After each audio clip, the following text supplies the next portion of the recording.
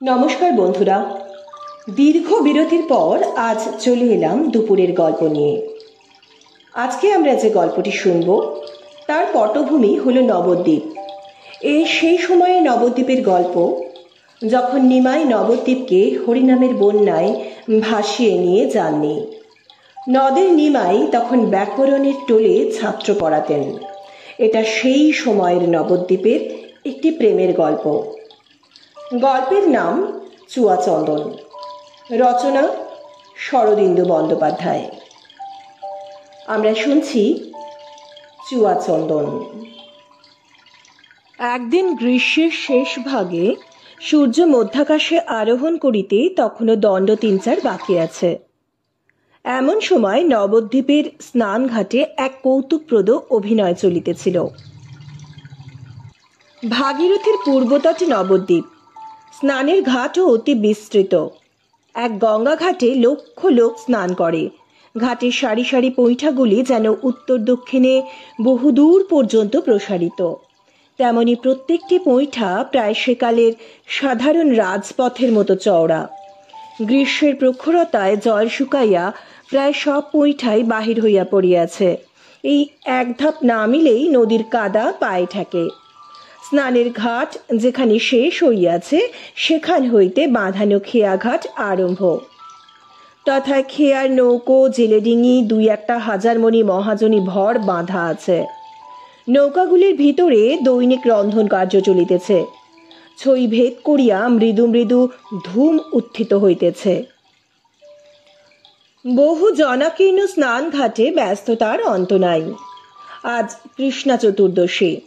ঘাটের জনতাকে সমগ্রভাবে দর্শন করিলে মনে হয় মুণ্ডিত শীর্ষ, উপবিদধারী ব্রাহ্মণ ও প্রৌঢ়া বৃদ্ধা নারীর সংখ্যাই বেশি।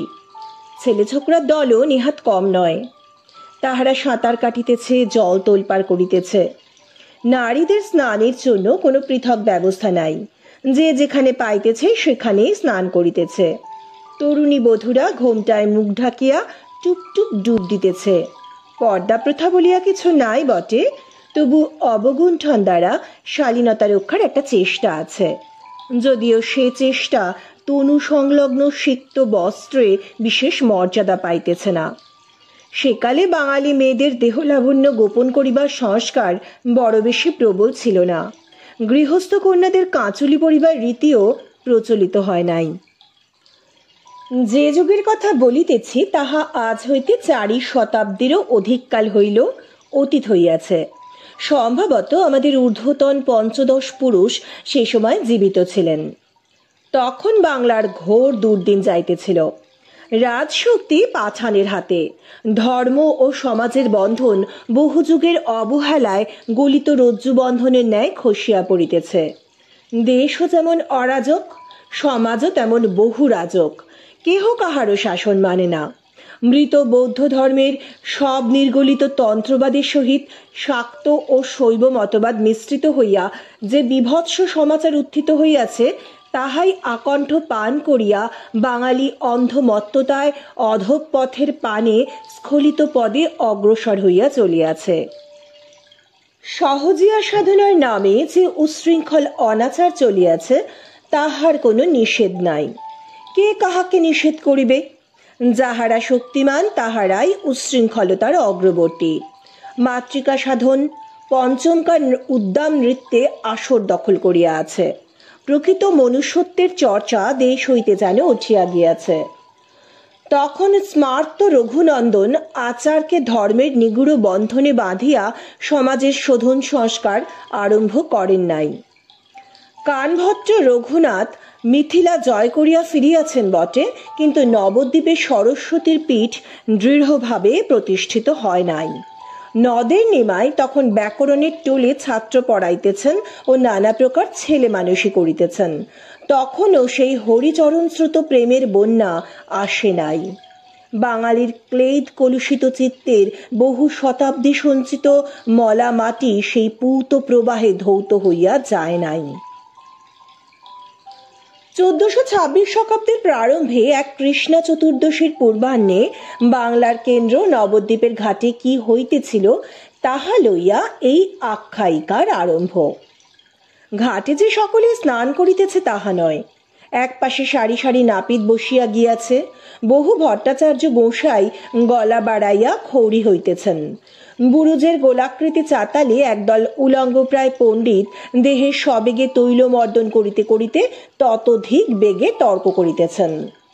বাসুদেব সার্বভৌম মিথিলা হইতে সর্ববিদ্যায় পারঙ্গম হইয়া ফিরিয়া আসিবার পর হইতে নবদ্বীপে বিদ্যাচর্চার সূত্রপাত হইয়াছিল, কিন্তু বিদ্যা তখনও হৃদয়ে আসন স্থাপন করেন নাই।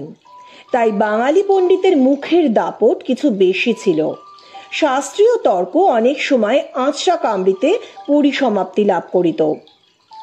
তৈলমসৃণ পণ্ডিতদের তর্ক ও ন্যায়শাস্ত্রের সীমানা ছাড়াইয়া অরাজকতায় দেশে প্রবেশ করিবার উপক্রম করিতেছিল।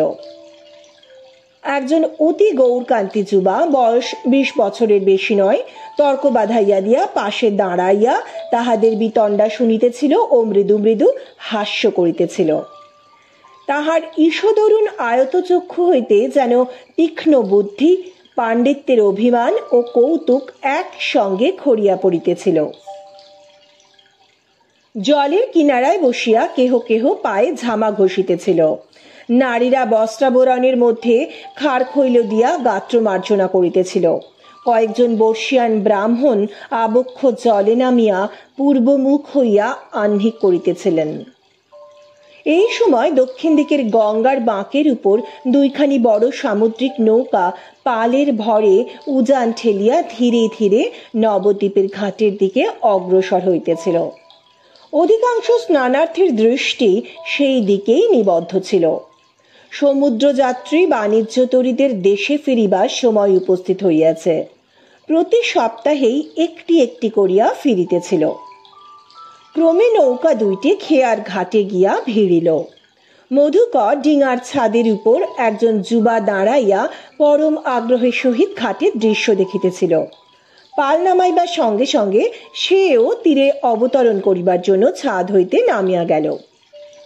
বড় নৌকা ঘাটের নিকট দিয়া যাইবার ফলে জলে ঢেউ উঠিয়া ঘাটে আঘাত করিতে আরম্ভ করিয়াছিল।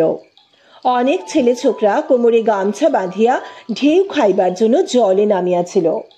ঢেউয়ের মধ্যে বহু সন্তরণকারী বালকের হস্তপথ সঞ্চালনে ঘাট আলোড়িত হইয়া উঠিল। হঠাৎ তীর হইতে একটা গেল গেল রব উঠিল। গৌরকান্তি যুবাটি এতক্ষণ দাঁড়াইয়া তর্করত পণ্ডিতদের রঙ্গ দেখিতেছিল। সে দুই লাফে জলের কিনারায় আসিয়া জিজ্ঞাসা করিল, কি হয়েছে? কয়েকজন সমস্বরে উত্তর দিল, কানা গোসাই এতক্ষণ জলে দাঁড়িয়ে আহ্নিক করছিলেন, হঠাৎ তাকে আর দেখা যাচ্ছে না। ভাবে ভোলা মানুষ, হয়তো নৌকার ঢেউ লেগে তলিয়ে গেছেন। যুবা কোমরে গামছা বাঁধিতে বাঁধিতে শুনিতেছিল। আদেশের স্বরে কহিল, তোমরা জলে নেব না, তাহলে গন্ডগোল হবে, আমি দেখছি। বলিয়া সে জলে ঝাঁপাইয়া পড়িল। গ্রীষ্মকালে ঘাটে স্নান করা ভাবে ভোলা মানুষদের পক্ষে সর্বদা নিরাপদ নয়, কারণ জলের মধ্যে 2 ধাপ সিঁড়ি নামিয়াই শেষ হইয়াছে, তারপর কাদা। এখানে বুক পর্যন্ত জলে বেশ যাওয়া যায়, কিন্তু আর এক পা অগ্রসর হইলেই একেবারে ডুব জল। যুবক জলে ঝাঁপ দিয়া কয়েক হাত সাঁতার কাটিয়া গেল, তারপর অথই জলে গিয়া ডুব দিল। কিছুক্ষণ তাহার আর কোনো চিহ্ন নাই। ঘাটের ধারে কাতার দিয়া লোক দাঁড়াইয়া দেখিতেছে। সকলের মুখেই উদ্বেগ ও আশঙ্কার ছায়া। কয়েকজন প্রৌঢ়া স্ত্রী লোক ক্রন্দন করুণ সুরে হা হুতাশ করিতে আরম্ভ করিয়া দিল। 50 গুণিতে যতক্ষণ সময় লাগে, ততক্ষণ পরে যুবকের মাথা জলের উপর জাগিয়া উঠিল। সকলে হর্ষধ্বনি করিয়া উঠিল, কিন্তু পরক্ষণেই আবার নীরব হইল। যুবক নিমজ্জিত ব্যক্তিকে খুঁজিয়া পায় নাই। সে বার কয়েক সুদীর্ঘ নিঃশ্বাস টানিয়া আবার ডুব দিল। এবারও সমধিক কাল ডুবিয়া থাকিয়া সে আবার উঠিল। এবার সজোরে মস্তক সঞ্চালন করিয়া এক হাতে সাঁতার কাটিয়া তীরের দিকে অগ্রসর হইল। সকলে সচিৎকারে প্রশ্ন করিল, পেয়েছ পেয়েছ? যুবক হাঁপাইতে হাঁপাইতে বলিল, বলতে পারি না, তবে এক মুঠো ঠিকই পেয়েছি। যুবক তখন তীরে আসিয়া উঠিয়া দাঁড়াইল। তখন সকলে বিস্মিত হইয়া দেখিল তাহার বাম মুষ্টি একগুচ্ছ পরিপুষ্ট শিখা দৃঢ়ভাবে ধরিয়া আছে এবং নিমজ্জিত পণ্ডিতের দেহ সমেত মুন্ড উক্ত শিখার সহিত সংলগ্ন হইয়া আছে। কিয়ৎকার শুশ্রূষার পর পণ্ডিতের চৈতন্য হইল। তিনি কিছু জল পান করিয়াছিলেন। তাহা উৎক্ষিপ্ত হইবার পর চক্ষু মেলিয়া চাহিলেন। যুবক সহাস্য কণ্ঠে জিজ্ঞাসা করিল, শিরোমণি মহাশয়, বলুন দেখি, বেঁচে আছেন না মরে গেছেন? আপনার নব্য ন্যায়শাস্ত্র কি বলে? শিরোমণি এক চক্ষু দ্বারা কিছুক্ষণ ফ্যাল করিয়া চাহিয়া থাকিয়া ক্ষীণ কণ্ঠে কহিলেন, কে? নিপাতনে সিদ্ধ? ডুবে গিয়েছিলুম না, তুমি বাঁচালে। যুবককে শিরোমণি মহাশয় নিপাতনে সিদ্ধ বলিয়া ডাকিতেন। একটু ব্যাকরণের খোঁচাও ছিল। কুটতর্কে অপরাজেয় শক্তির জন্য সমাদর মিশ্রিত স্নেহ ছিল। নিপাতনে সিদ্ধ হাসিয়া বলিল, বাঁচাতে পেরেছি কিনা সেই কথাই তো জিজ্ঞাসা করছি। যদি বেঁচে থাকেন, ন্যায়ের প্রমাণ দিন। কানভট্ট ধীরে ধীরে উঠিয়া বসিলেন। এই মাত্র মৃত্যুর মুখ হইতে ফিরিয়া আসিয়াছে। শরীরে বল নাই, কিন্তু তাহার এক চক্ষুতে প্রাণময় হাসি ফুটিয়া উঠিল। তিনি বলিলেন, প্রমাণ নিষ্প্রয়োজন। আমি বেঁচে আছি এ কথা স্বয়ং সিদ্ধ। আমি বেঁচে নেই এই কথা যে বলে, সে তৎক্ষণাৎ প্রমাণ করে দেয় যে সে বেঁচে আছে। বাজিকর যত কৌশলী হোক, নিজের স্কন্ধে আরোহণ করতে অক্ষম। মানুষ তেমনি নিজেকে অস্বীকার করতে পারে না। নৈয়ায়িকের কথায় সকলে হাসিয়া উঠিল। নিপাতনে সিদ্ধ বলিল, যাক, তাহলে নিশ্চিন্ত হওয়া গেল। এখন উঠতে পারবেন কি? শিরোমণি তাহার হাত ধরিয়া দাঁড়াইলেন। বলিলেন, হঠাৎ হাতে পায়ে কেমন খিল ধরে গিয়েছিল। নিপাতন, তুমি জল থেকে টেনে তুলেছ না? নিপাতন বলিল, আপনাকে টেনে তুলেছে আপনার প্রচন্ড পাণ্ডিত্যের বিজয় নিশান। সে কি? আপনার নধর শিখাটাই আপনার প্রাণদাতা। ওটি না থাকলে কিছুতেই টেনে তুলতে পারতাম না। কানভট্ট বলিলেন, জ্যাঠা ছেলে। নিপাতনে সিদ্ধ বলিল, আপনার পৈতে ছুঁয়ে বলছি, সত্যি কথা। কিন্তু সে যা হোক, একলা বাড়ি ফিরতে পারবেন তো? পারব, এখন বেশ সুস্থ বোধ করছি। তারপর তাহার হাত ধরিয়া বলিলেন, বিশ্বম্ভর, এতদিন জানতাম তুমি নিপাতনেই সিদ্ধ, কিন্তু এখন দেখছি প্রাণদানেও তুমি কম পটু নও। আশীর্বাদ করি, এমনিভাবে মজ্জমানকে উদ্ধার করেই যেন তোমার জীবন সার্থক হয়। নিপাতনে সিদ্ধ বলিল, কি সর্বনাশ!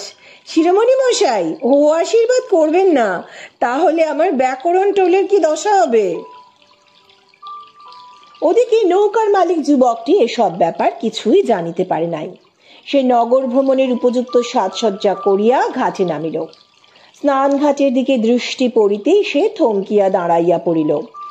দেখিল এক অতি গৌরকান্তি সুপুরুষ যুবা একজন মধ্যবয়স্ক একচক্ষু ব্যক্তির সহিত দাঁড়াইয়া কথা কহিতেছে। এই গৌরাঙ্গ যুবকের অপূর্ব দেহ সৌষ্ঠব দেখিয়া সে মুগ্ধ হইয়া গেল।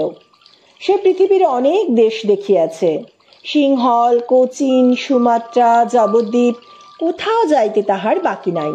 কিন্তু এমন অপরূপ তেজদীপ্ত পুরুষ মূর্তি আর কখনো দেখে নাই।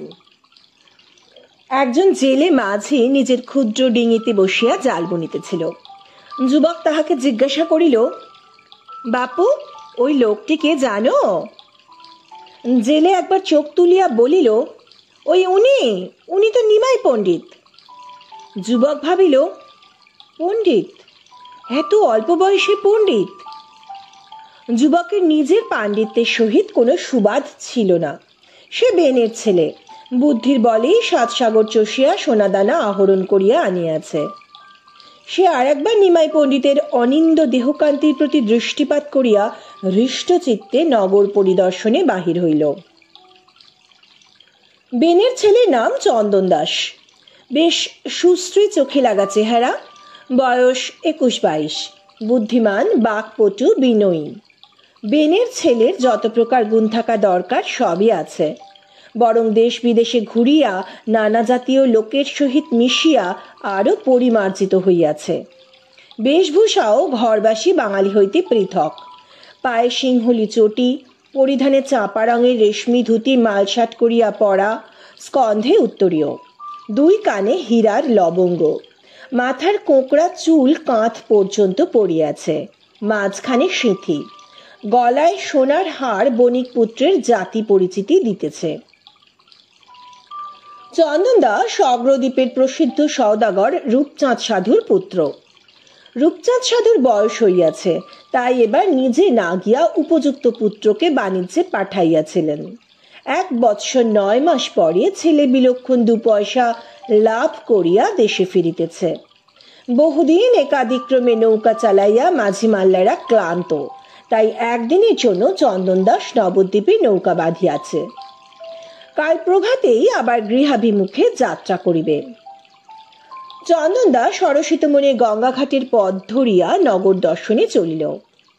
সে সময় নবদ্বীপের সমৃদ্ধির বিশেষ খ্যাতি ছিল। পথে পথে নাটশালা, পাঠশালা, চূর্ণ বিলোপিত দেউল, প্রতি গৃহচূড়ায় বিচিত্র ধাতু কলস, প্রতি দ্বারে কারুখচিত কপাট, বাজারের এক বিপণীতে লক্ষ টঙ্কার সওদা কেনা যায়। পথগুলি সংকীর্ণ বটে, কিন্তু তাহাতে নগরশ্রী আরও ঘনীভূত হইয়াছে। রাজপথে বহু লোকের ব্যস্ত যাতায়াত নগরকে সজীব ও প্রাণবন্ত করিয়া তুলিয়াছে। অনায়াস মন্থর পদে চন্দন দাস চারিদিকে চাহিতে চাহিতে চলিয়াছিল। কিছুদূর যাইবার পর একটি জিনিস দেখিয়া হঠাৎ তাহার 22 বছরের মুন্ড ঘুরিয়া গেল। সে পথের মাঝখানেই মন্ত্রমুগ্ধবৎ দাঁড়াইয়া পড়িল।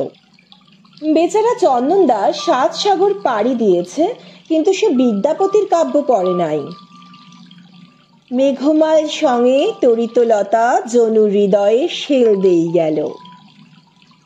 এরূপ ব্যাপার যে সম্ভবপর তাহা সে জানিত না। বিদ্যাপতি জানা থাকিলে হয়তো ভাবিতে পারিত। অপরূপ পেখুরু রামা কনকলতা অবলম্বনে উয়ল হরিণহীন হিমধামা।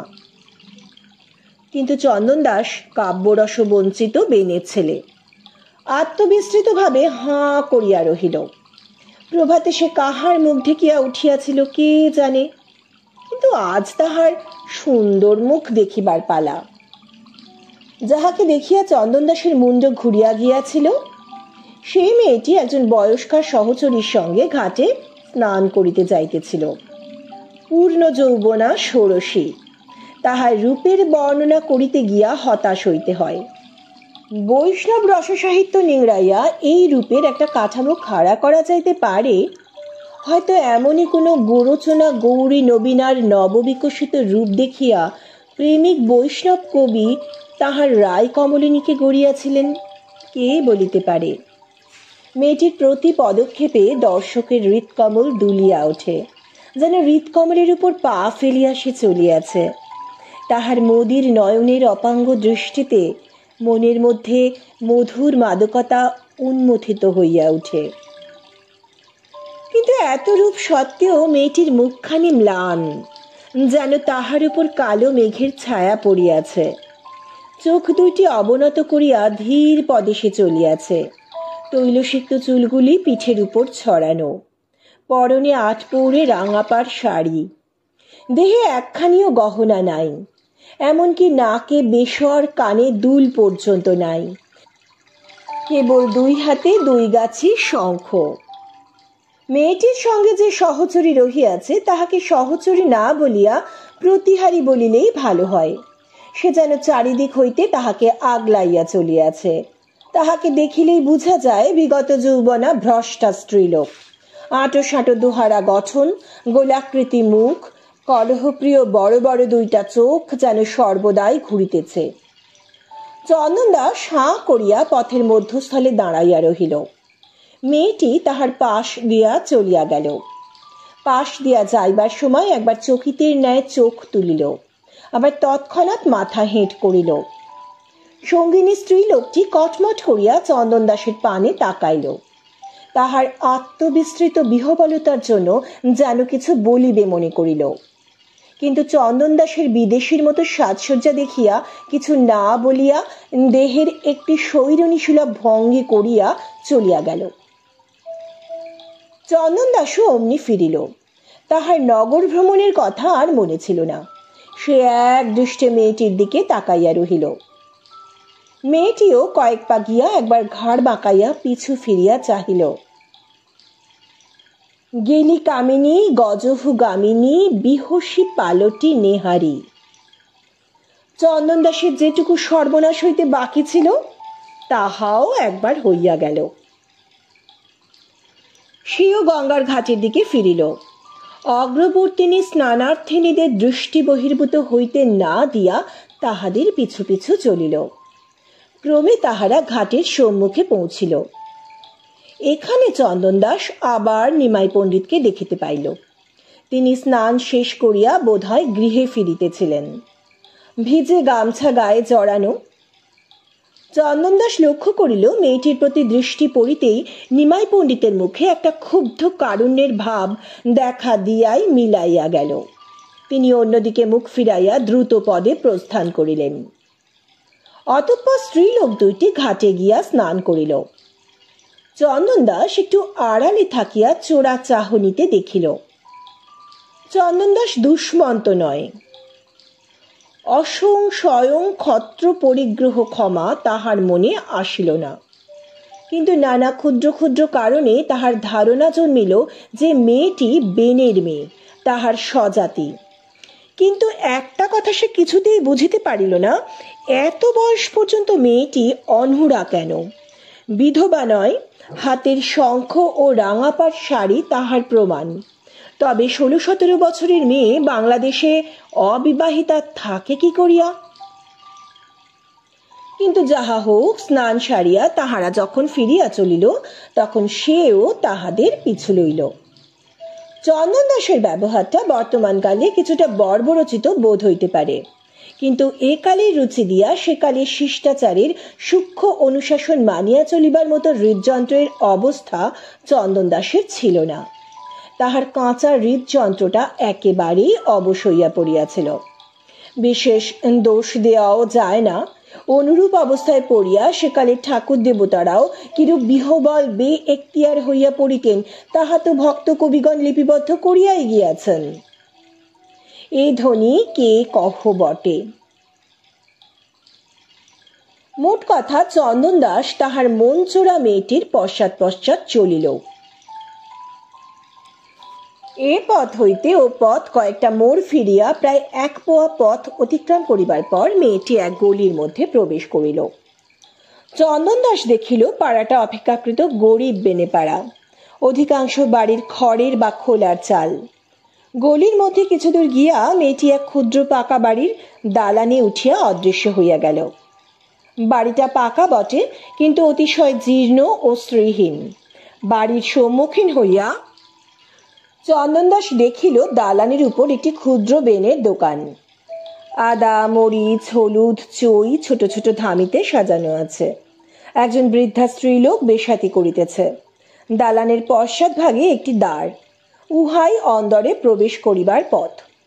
চন্দন দাস বুঝিল ওই পথেই মেয়েটি ও তাহার সঙ্গিনী অন্দরে প্রবেশ করিয়াছে। চন্দন দাস বড় সমস্যায় পড়িল। সে কোনো মতলব স্থির করিয়া ইহাদের অনুসরণ করে নাই। গুণের নৌকার ন্যায় অদৃশ্য রজ্জু বন্ধন তাহাকে টানিয়া আনিয়াছে।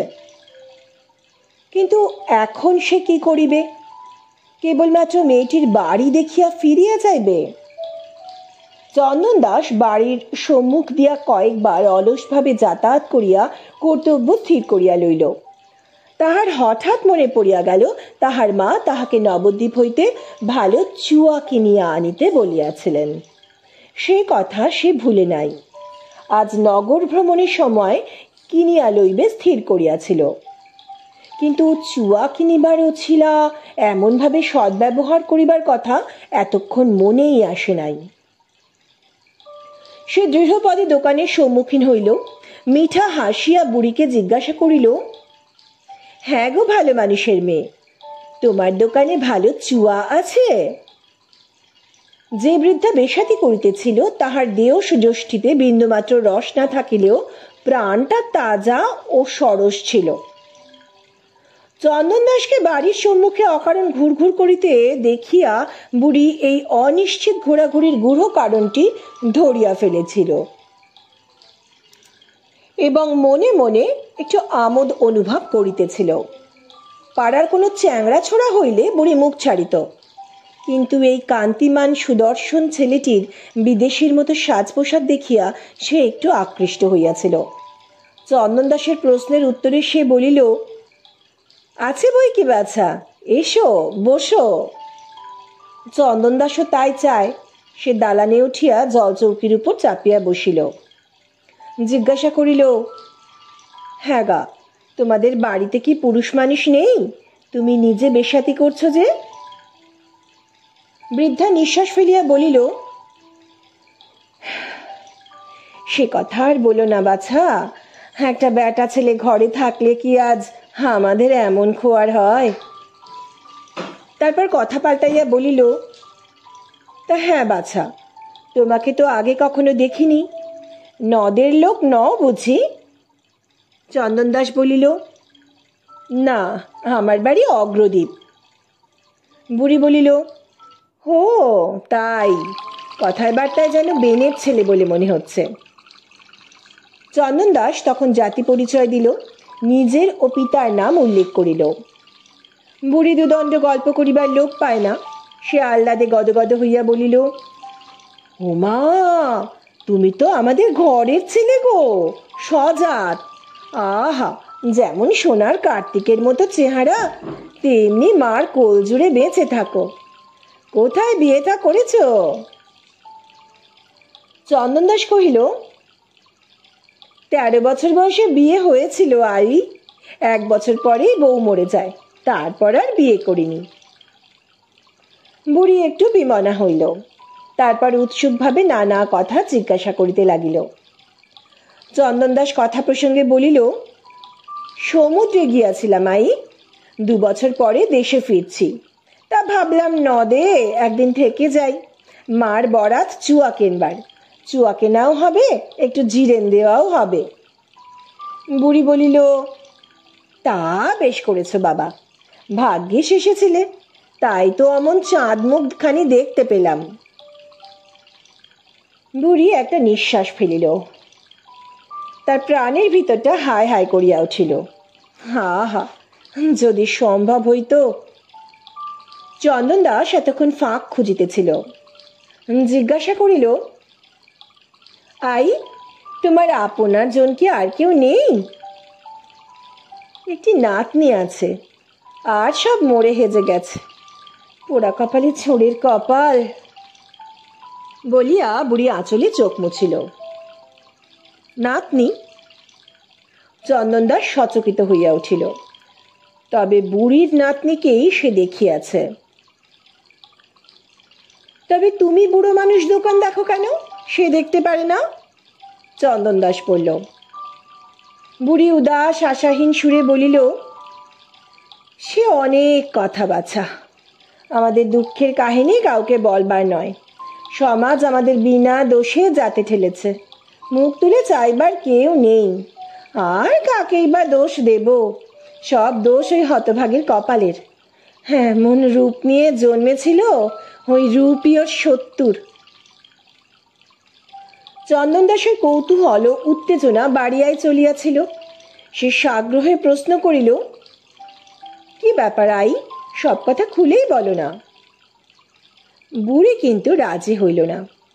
বলিল, কি হবে বাবা, আমাদের লজ্জার কথা শুনে? কিছু তো করতে পারবে না, কেবল মনে দুঃখ পাবে। কে বললে কিছু পারবো না?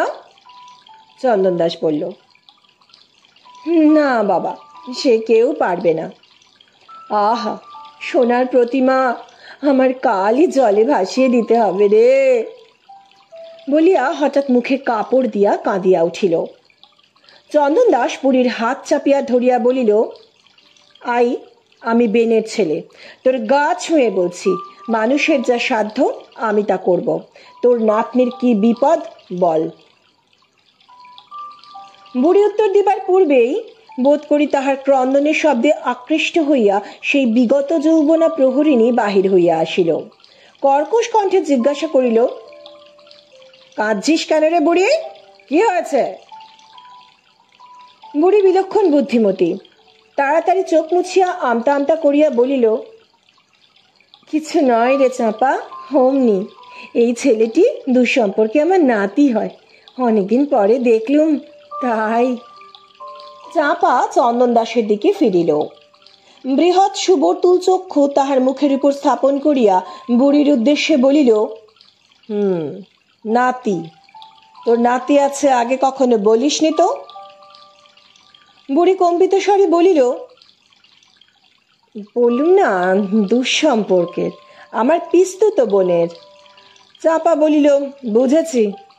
তারপর চন্দন দাসকে প্রশ্ন করিল, তোমাকে আজ পথে দেখেছি না? চন্দন দাস শটান মিথ্যা কথা বলিল, কই না, আমার তো মনে পড়ছে না।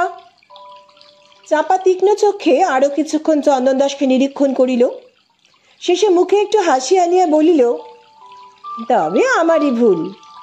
বুড়ি, তুই তাহলে তোর নাতির সঙ্গে কথা ক, আমি একটু পাড়া বেরিয়ে আসি। তোর নাতি আজ এখানে থাকবে তো? দেখিস, ছেড়ে দিস না যেন, এমন রসের নাতি কালে ভদ্রে পাওয়া যায়। বলিয়া চোখ ঘুরাইয়া বাহিরের দিকে প্রস্থান করিল। চাপা দৃষ্টি বহির্ভূত হইয়া গেলে চন্দন দাস জিজ্ঞেস করিল, এটিকে? বুড়ির তখনও হৃদকম্প দূর হয় নাই। সে বলিল, ও মাগি জমের দুধ। বাবা, এমন ভয় হয়েছিল, এখনই টুটি টিপে ধরতো। তুই যা দাদা, আর এখানে থাকিস নি। ওরে, তুই আমাদের কি ভালো করবি, ভগবান আমাদের ভুলে গেছেন। তুই এখান থেকে পালা, শেষে কি মায়ের নিধি বেঘরে প্রাণ দিবি? চন্দন দাস বলিল, সে কি ঠান্দি, নাতিকে কি এমনি করেই তাড়াতে হয়? একটা পান পর্যন্ত দিতে নেই। তাছাড়া চুয়া কিনতে এসেছি, চুয়া না দিয়েই তাড়িয়ে দিচ্ছিস, তুই কেমন বেনের মেয়ে?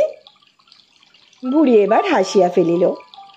এই ছেলেটির মুখের কথা যতই সে শুনিতেছিল, তাহার মন ততই ভিজিতেছিল। তাহার প্রাণীর একান্তে বিদলিত মুহ্যমান আশা একটু মাথা তুলিল। তবে কি এই শেষ সময় ভগবান মুখ তুলিয়া চাহিলেন? বুড়ি মনে ভাবিল, যা হয় তা হয়, একবার শেষ চেষ্টা করিয়া দেখিব। কে বলিতে পারে, হয়তো অভাগিনীর ভাগ্যে চরম দুর্গতি বিধাতা লেখেন নাই, নচেত নিরাশার গাঢ় অন্ধকারের মধ্যে এই অপরিচিত বন্ধু কোথা হইতে আসিয়া জুটিল। তখন বুড়ি সংকল্প স্থির করিয়া বলিল, হোমা, সত্যি তো, চুয়ার কথা তো মনে ছিল না। তা দেব দাদা, কিন্তু বড় দামি জিনিস, দাম দিতে পারবে তো? দাম কত? জীবন, যৌবন, মন, প্রাণ সব দিলেও সে জিনিসের দাম হয় না। চন্দন দাস একটু অবাক হইল, কিন্তু হারিবার পাত্র সে নয়। বলিল, আচ্ছা, আগে জিনিস দেখি। এই যে দেখাই। ওলে, ও চুয়া, একবার এদিকে আয় তো দিদি। চন্দন দাস তড়িৎ স্পৃষ্টের মতো চমকিয়া উঠিল। তবে মেয়েটির নাম চুয়া, আর সে চুয়া কিনিতে আসিয়াছে এখানে, এ কি দৈব যোগাযোগ! কি বলছো ঠান্দি? বলিতে বলিতে চুয়া অন্দরের দরজার সম্মুখে আসিয়া দাঁড়াইল। চন্দন দাসকে দেখিয়া সে চমকিয়া বুকের উপর হাত রাখিল। চন্দন দাস সেই দিকেই তাকিয়াছিল। দেখিল চুয়ার কুমুদের মতো গাল দুইটিতে কে যেন কাঁচা সিঁদুর ছড়াইয়া দিল।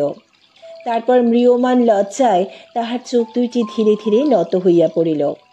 চন্দন দাস বুঝিল চুয়া তাহাকে চিনিতে পারিয়াছে, পথের ক্ষণিক দেখা মুগ্ধ পান্থকে ভুলে নাই।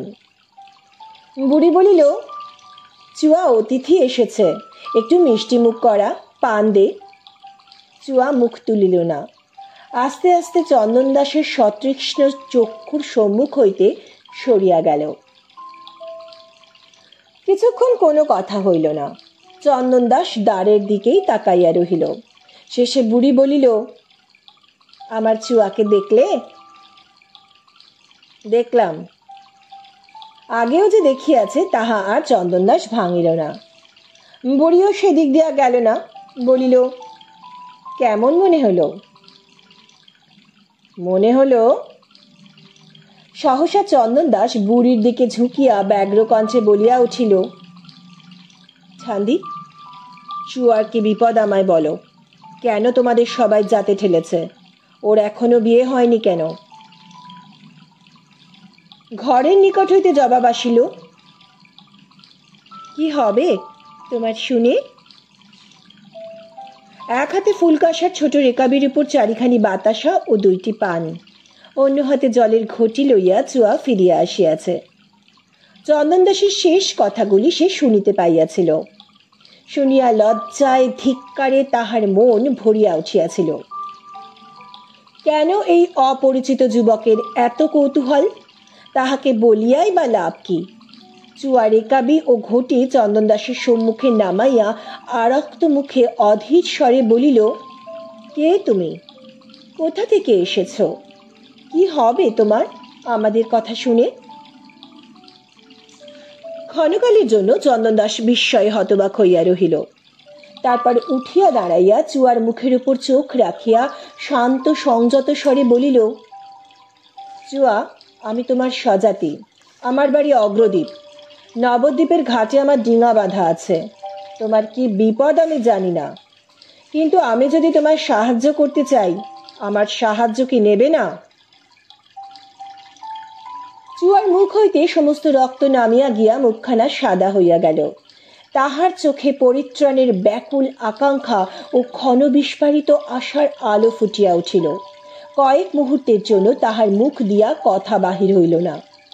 তারপর সে রুদ্ধস্বরে বলিয়া উঠিল, কেন আমাকে মিছে আশা দিচ্ছ? বলিয়া দাঁতে ঠোঁট চাপিয়া দ্রুত পদে প্রস্থান করিল। চন্দন দাস বসিয়া পড়িল। কিয়ৎকাল বসিয়া থাকিয়া অন্যমনস্কভাবে একখানা বাতাসা তুলিয়া লইয়া মুখে দিল। তারপর আলগোছে ঘটির জল গলায় ঢালিয়া জল পান করিল। শেষে পান 2টি মুখে পুরিয়া বুড়ির দিকে তাকাইয়া মৃদু হাস্যে বলিল, ঠান্দি, এবার তোমার গল্প বলো। ঠান্দি বলিল, বলবো, কিন্তু তুমি আগে একটা কথা দাও। কি? চন্দন দাস জিজ্ঞেস করল। তুমি ওকে উদ্ধার করবে? করব, অন্তত প্রাণপণে চেষ্টা করব। বেশ, উদ্ধার করা মানে ওকে এদেশ থেকে নিয়ে পালাতে হবে। পারবে? পারবো, খুব পারবো, চন্দন দাস বলিল। ঠান্দি বলিল, ভালো, কিন্তু তারপর? তারপর কি? চন্দন দাস জিজ্ঞাসা করিল। বুড়ি একটু দ্বিধা করিল। শেষে বলিল, কিছু মনে করো না, সব কথা স্পষ্ট করে বলাই ভালো। তুমি জোয়ান ছেলে, চুয়াও যুবতী মেয়ে, তুমি ওকে চুরি করে নিয়ে যাবে। তারপর? চন্দন দাস জিজ্ঞাসু নেত্রে চাহিয়া রহিল। বুড়ি তখন স্পষ্ট করিয়া বলিল, ওকে বিয়ে করতে পারবে? চন্দন দাসের চোখের সম্মুখে যেন একটা নূতন আলো জ্বলিয়া উঠিল। সে উদ্ভাসিত মুখে বলিল, পারব। তোমার বাপ মা? ঠান্দি জিজ্ঞাসা করিল। তারা আমার কথায় অমত করবেন না। বৃদ্ধা কম্পিত স্বরে বলিল, বেঁচে থাকো দাদা, তুমি বড় ভালো ছেলে, কিন্তু ছুঁড়ির যা কপাল। বুড়ি তখন চুয়ার কাহিনী বলিতে আরম্ভ করিল। চন্দন দাস করতলে কপল রাখিয়া শুনিতে লাগিল। শুনিতে শুনিতে সে টের পাইল চুয়া কখন চুপি চুপি আসিয়া দ্বারের পাশে দাঁড়াইয়াছে। চুয়ার বাপের নাম কাঞ্চন দাস। বেনেদের মধ্যে সে বেশ সঙ্গতি সম্পন্ন গৃহস্থ ছিল। চুয়ার বয়স যখন 7 বৎসর, তখন কাঞ্চন দাস বাণিজ্যের জন্য নৌকা সাজাইয়া সমুদ্র যাত্রা করিল। কাঞ্চন দাসের নৌকা গঙ্গার বাঁকে অদৃশ্য হইয়া গেল, আর ফিরিল না। সংবাদ আসিল নৌকাডুবি হইয়া কাঞ্চন দাস মারা গিয়াছে। এই ঘটনার 1 বৎসর পরে চুয়ার মাও মরিল। তখন বুড়ি ছাড়া চুয়াকে দেখিবার আর কেহ রহিল না। বুড়ি কাঞ্চন দাসের মাসি। 8 বছর বয়স হইতে সে হাতে করিয়া চুয়াকে মানুষ করিয়াছে। নৌকা ডুবিতে কাঞ্চন দাসের সমস্ত সম্পত্তি ভরাডুবি হইয়াছিল, কেবলই ভদ্রাসনটি বাঁচিয়াছিল। বুড়ি দোকান করিয়া কষ্টে সংসার চালাইতে লাগিল। এইভাবে বৎসরাধিক কাল কাটিল। চুয়ার বয়স যখন 10 বৎসর, তখন এক গৃহস্থের ছেলের সঙ্গে তাহার বিবাহের সম্বন্ধ হইল। এই সময় একদিন জমিদারের ভ্রাতুষ্পুত্র ঘোড়ায় চড়িয়া এই পথ দিয়া যাইতেছিল। চুয়াকে বাড়ির সম্মুখে খেলা করিতে দেখিয়া সে ঘোড়া হইতে নামিল। দুর্দান্ত জমিদারের মহাপাষণ্ড ভাইপো মাধবের নাম শুনিয়া দেশের লোক তো দূরের কথা, কাজী সাহেব পর্যন্ত থরথর করিয়া কাঁপে। রাজার শাসন, সমাজের শাসন কিছুই সে মানে না। জাতিতে ব্রাহ্মণ হইলে কি হয়, স্বভাব তার চণ্ডালের মতো। সে 10 বছরের চুয়াকে চিবুক তুলিয়া ধরিয়া দেখিল। তারপর বাড়িতে আসিয়া তাহার পরিচয় জিজ্ঞাসা করিল। বুড়ি ভয় ভয় পরিচয় দিল। শুনিয়া মাধব বলিল, এ মেয়ের বিবাহ দেওয়া হইবে না। ইহাকে দৈব কার্যের জন্য মানত করিতে হইবে। 16 বছর বয়স পর্যন্ত মেয়ে কুমারী থাকিবে, তারপর মাধব আসিয়া তাহাকে লইয়া যাইবে। তান্ত্রিক সাধনায় উত্তর সাধিকার স্থান অধিকার করিয়া কন্যার 16 বছরের কৌমার্য সার্থক হইবে। সাধক স্বয়ং মাধব। এই হুকুম জারি করিয়া মাধব প্রস্থান করিল। বাড়িতে কান্নাকাটি পড়িয়া গেল। তান্ত্রিক সাধনার গূঢ় মর্মার্থ বুঝিতে কাহারও বাকি রইল না। বণিক সমাজ মাধবের বিরুদ্ধে কিছু করিতে সাহস করিল না। তাহারা চুয়াকে জাতিচ্যুত করিল। বিবাহ ভাঙিয়া গেল। ক্রমে চুয়ার বয়স বাড়িতে লাগিল। 12 বছর বয়স হইল। বুড়ি দেশে কাহারও নিকট সাহায্য না পাইয়া শেষে চুয়াকে লইয়া দেশ ছাড়িয়া পলাইবার মতলব করিল। কিন্তু বুড়ির হাতে পয়সা কম, আত্মীয় বন্ধুরও একান্ত অভাব। তাহার মতলব সিদ্ধ হইল না। মাধবের কানে সংবাদ গেল। মাধব আসিয়া বুড়িকে পদাঘাত মুষ্ঠাঘাত দ্বারা শাসন করিল। তারপর চুয়াকে পাহারা দিবার জন্য চাঁপাকে পাঠাইয়া দিল। নাপিত কন্যা চাঁপা চুয়ার অভিভাবিকা পদে অধিষ্ঠিত হইল। চাঁপা বয়সকালে তান্ত্রিক সাধন ভজন করিয়াছিল, এখন যৌবনান্তে ধর্মকর্ম ত্যাগ করিয়াছে। সে চুয়া ও বুড়ির উপর কড়া নজর রাখিতে লাগিল। এইভাবে 4 বছর কাটিয়াছে। কয়েকদিন আগে মাধব আসিয়াছিল। সে চুয়াকে দেখিয়া গিয়াছে এবং বলিয়াছে যে আগামী অমাবস্যার রাত্রিতেই চুয়াকে দৈব কার্যে উৎসর্গ করিতে হইবে। সেজন্য যেন সে প্রস্তুত থাকে। অনুষ্ঠানের যাহাতে কোনো ত্রুটি না হয়, এজন্য মাধব নিজেই সমস্ত বিধান দিয়া গিয়াছে।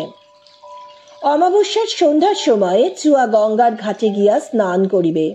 স্নানান্তে রক্তবস্ত্র, জবামালা ও রক্তচন্দনের ফোঁটা পড়িয়া ঘাট হইতে একেবারে সাধন স্থলে অর্থাৎ মাধবের উদ্যান বাটিকায় উপস্থিত হইবে। সঙ্গে ঢাক ঢোল ইত্যাদি বাজিতে বাজিতে যাইবে। মাধব এইরূপ শাস্ত্রীয় ব্যবস্থা দিয়া চলিয়া যাইবার পর 5 দিন কাটিয়া গিয়াছে। আজ কৃষ্ণা চতুর্দশী, কাল অমাবস্যা। গল্প শেষ করিয়া বুড়ি কাঁদিতে কাঁদিতে বলিল, দাদা, সব কথা তোমায় বললুম। এখন দেখো, যদি মেয়েটাকে উদ্ধার করতে পারো, তুমি ছাড়া ওর আর গতি নেই। গল্প শুনিতে শুনিতে চন্দন দাসের বুকের ভিতরটা জ্বালা করিতেছিল। এ হেন দানব প্রকৃতির লোকটার বিরুদ্ধে ক্রোধ ও আক্রোশ অগ্নিশিখার মতো তাহার দেহকে দাহ করিতেছিল। সে দাঁতে দাঁত চাপিয়া বলিয়া উঠিল, আমি যদি চুয়াকে বিয়ে করে কাল আমার নৌকায় তুলে দেশে নিয়ে যাই, কে কি করিতে পারে? ঘরের আড়ালে চুয়ার বুক দুরু দুরু করিয়া উঠিল। কিন্তু বুড়ি মাথা নাড়িয়া ক্ষুব্ধ স্বরে বলিল, তা হয় না দাদা, চাঁপা রাক্ষসী আছে, সে কখনোই হতে দেবে না। চন্দন দাস বলল, চাঁপাকে সোনায় মুড়ে দেব, তাতে রাজি না হয় মুখে কাপড় বেঁধে ঘরে বন্ধ করে রাখবো। বুড়ি কাঁপিতে লাগিল। এতখানি দুঃসাহস তাহার পক্ষে কল্পনা করাও দুষ্কর। কিন্তু বুড়ির প্রাণে আশা জাগিয়াছিল। আশা একবার জাগিলে সহজে মরিতে চায় না। তবু বুড়ি কাঁপিতে কাঁপিতে বলিল, সে যেন হলো, কিন্তু বিয়ে কি করে হবে? বিয়ে দেবে কে? কেন, নদে কি পুরুত নেই? বৃদ্ধা মাথা নাড়িয়া বলিল, তুমি মাধবকে জানো না, তার ভয়ে কোনো বামুন রাজি হবে না। চন্দন দাস আশ্চর্য হইয়া বলিল, এখানকার বামুনরা এত ভীরু? কার ঘাড়ে 10টা মাথা আছে দাদা, যা জমিদারের ভাইপোর শত্রুতা করবে? তবে শুনেছি জগন্নাথ ঠাকুরের ছেলে নিমাই পণ্ডিত বড় ডাকাবুকো ছেলে, কাউকে ভয় করেন না। বয়স কম কিনা, কিন্তু তিনি কি রাজি হবেন? চন্দন দাস মহা উৎসাহে দাঁড়াইয়া উঠিয়া বলিল, ভালো মনে করে দিয়েছ ঠান্দি, নিমাই পণ্ডিতই উপযুক্ত লোক। তাকে আমি আজ গঙ্গার ঘাটে দেখেছি, ঠিক দেবতার মতো চেহারা, তিনি নিশ্চয়ই রাজি হবেন। ঠান্দি, আমি এখন তার খোঁজে চললাম, ও বেলা সব ঠিক করে আবার আসব। তখন কিন্তু তিনি যদি রাজি না হন? চন্দন দাস চিন্তা করিল, তারপর বলিল, যদি রাজি না হন, তিনি রাজি হন বা না হন, রাত্রিতে কোনো সময় আমি আসবই। নাই বা হলো বিয়ে, আজ রাত্রিতে চুয়াকে চুরি করে নিয়ে যাব, তারপর দেশে গিয়ে বিয়ে করব। কি বলো? বুড়ির মুখে আশঙ্কার ছায়া পড়িল। চন্দন দাসের কোনো দুরভিসন্ধি নাই, তাহা সে অন্তরে বুঝিতেছিল, কিন্তু তবু চন্দন দাস একেবারে অপরিচিত। সেও যে একজন ধূর্ত প্রবঞ্চক নয়, তাহা বুড়ি কি করিয়া জানিবে? বারবার দাগা পাইয়া বুড়ির মন বড় সন্দিগ্ধ হইয়া উঠিয়াছিল। সে ইতস্তত করিতে লাগিল। এমন সময় চুয়া দরজার আড়াল হইতে বাহির হইয়া আসিল। সংশয় সংকোচ করিবার তাহার আর সময় ছিল না। একদিকে অবশ্যম্ভাবী সর্বনাশ, অন্যদিকে সম্ভাবনা। চুয়া সজল চক্ষু চন্দন দাসের মুখের উপর রাখিয়া কম্পিত স্বরে কহিল, তুমি আজ রাত্রিরে এসো। নিমাই পণ্ডিত যদি রাজি না হন, তবু তোমার ধর্মের উপর বিশ্বাস করে আমি তোমার সঙ্গে যাব। চন্দন দাসের বুক নাচিয়া উঠিল।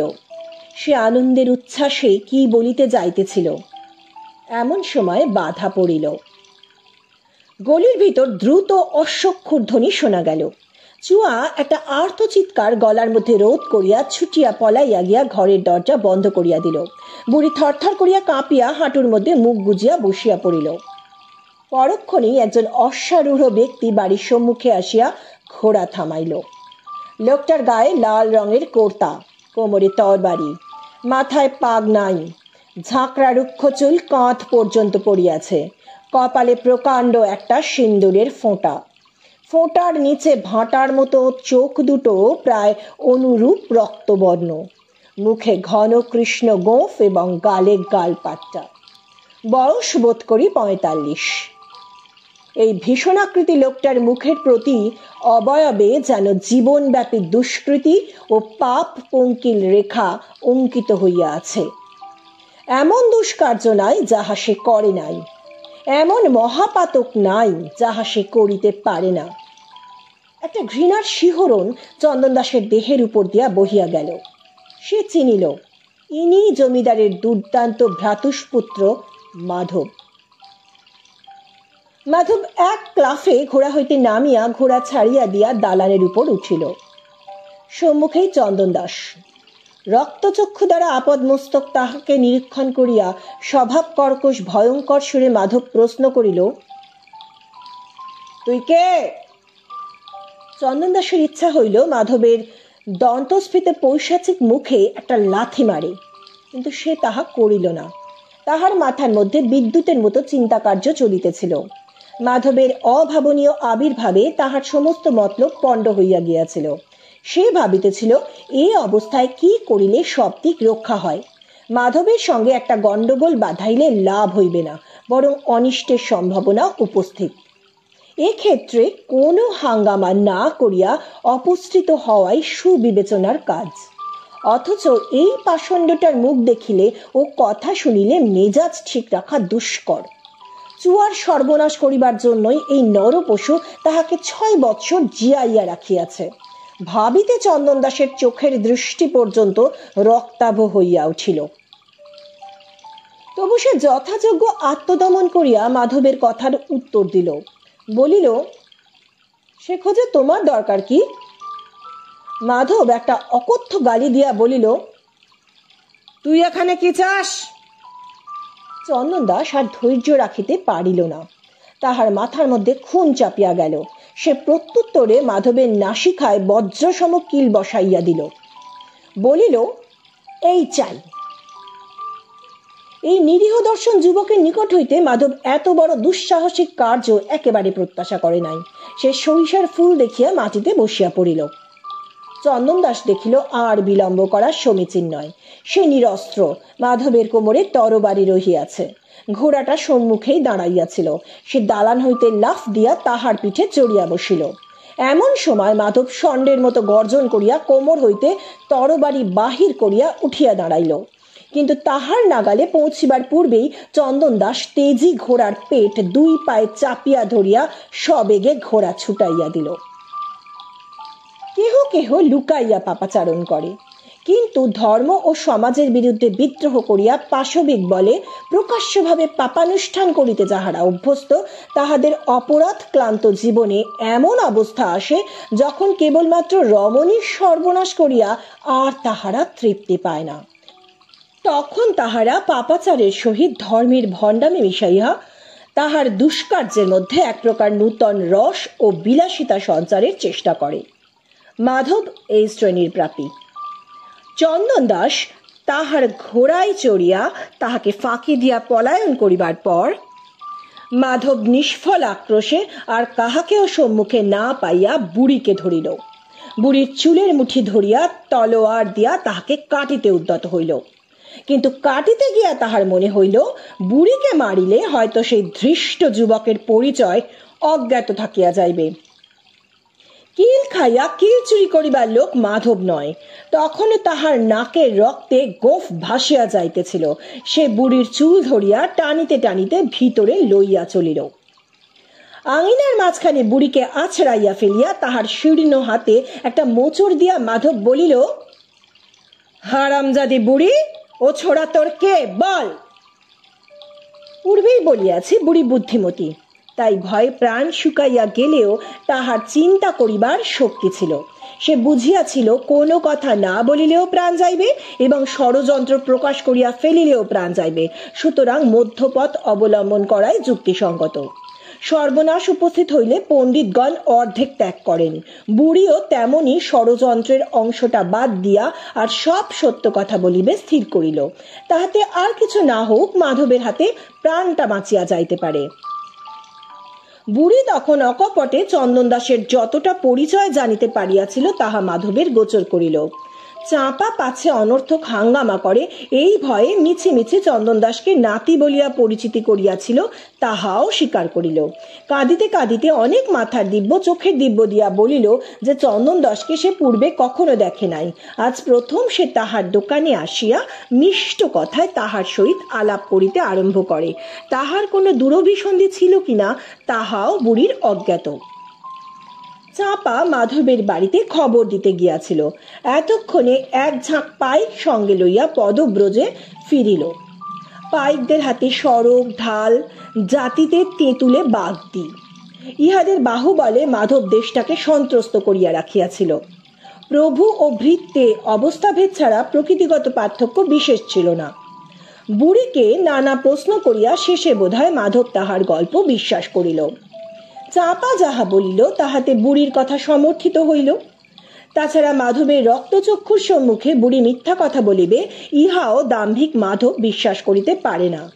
সে এদিক ওদিক তাকাইয়া বলিল, তোর নাতনি কোথায়? বুড়ি বলিল, ঘরেই আছে বাবা। মাধব চাঁপাকে হুকুম করিল, দেখে আয়। চাঁপা দেখিয়া আসিয়া বলিল, চুয়া ঘরেই আছে বটে। মাধবের তখন বিশ্বাস জন্মিল চুয়া সম্বন্ধে ভয়ের কোনো কারণ নাই। তবু সে দুইজন পাইককে বুড়ির বাড়ি পাহারা দিবার জন্য নিযুক্ত করিল। বলিল, কাল সন্ধে পর্যন্ত এ বাড়িতে কাউকে ঢুকতে দিবি নে।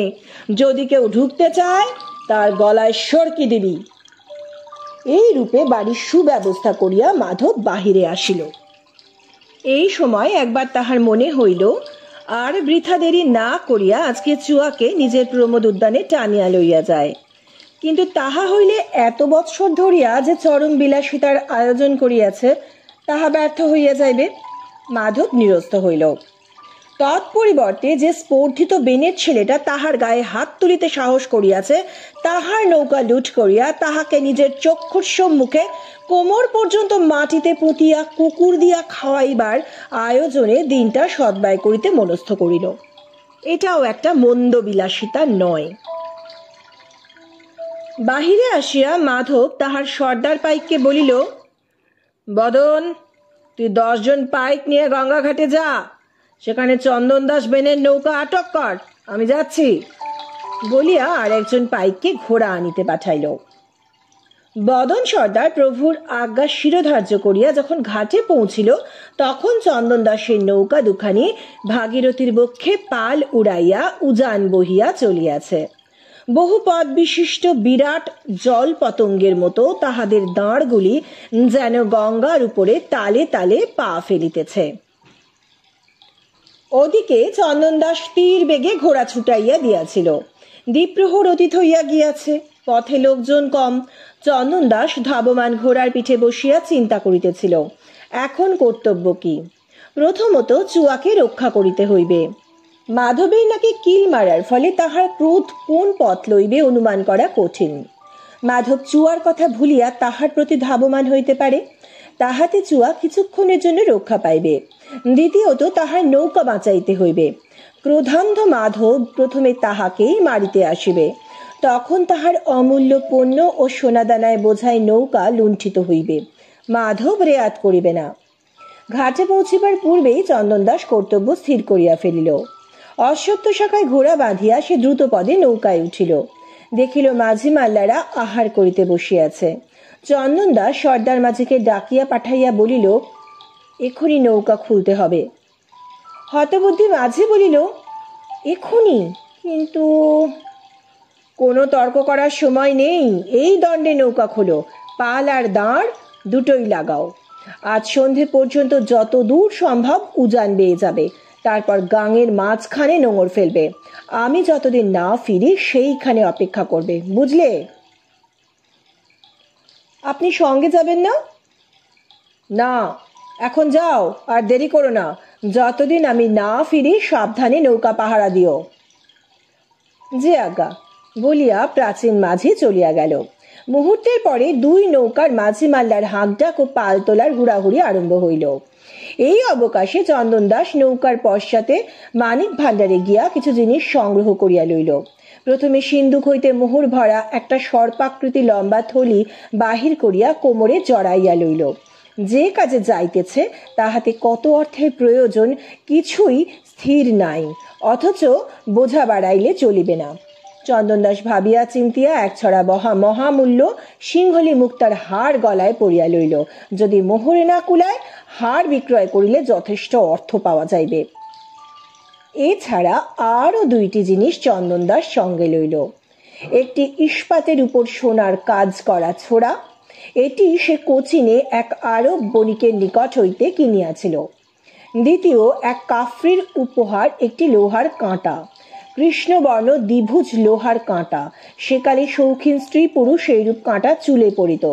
এই কাঁটার বিশেষত্ব এই যে ইহার তীক্ষ্ণ অগ্রভাগ শরীরের কোনো অংশে ফুটিলে 3 বার নিঃশ্বাস ফেলিতে যতক্ষণ সময় লাগে ততক্ষণের মধ্যে মৃত্যু হইবে। চন্দন দাস কাঁটার সূক্ষ্মাগ্র সোনার খাপে ঢাকিয়া সাবধানে নিজের চুলের মধ্যে গুঁজিয়া লইল।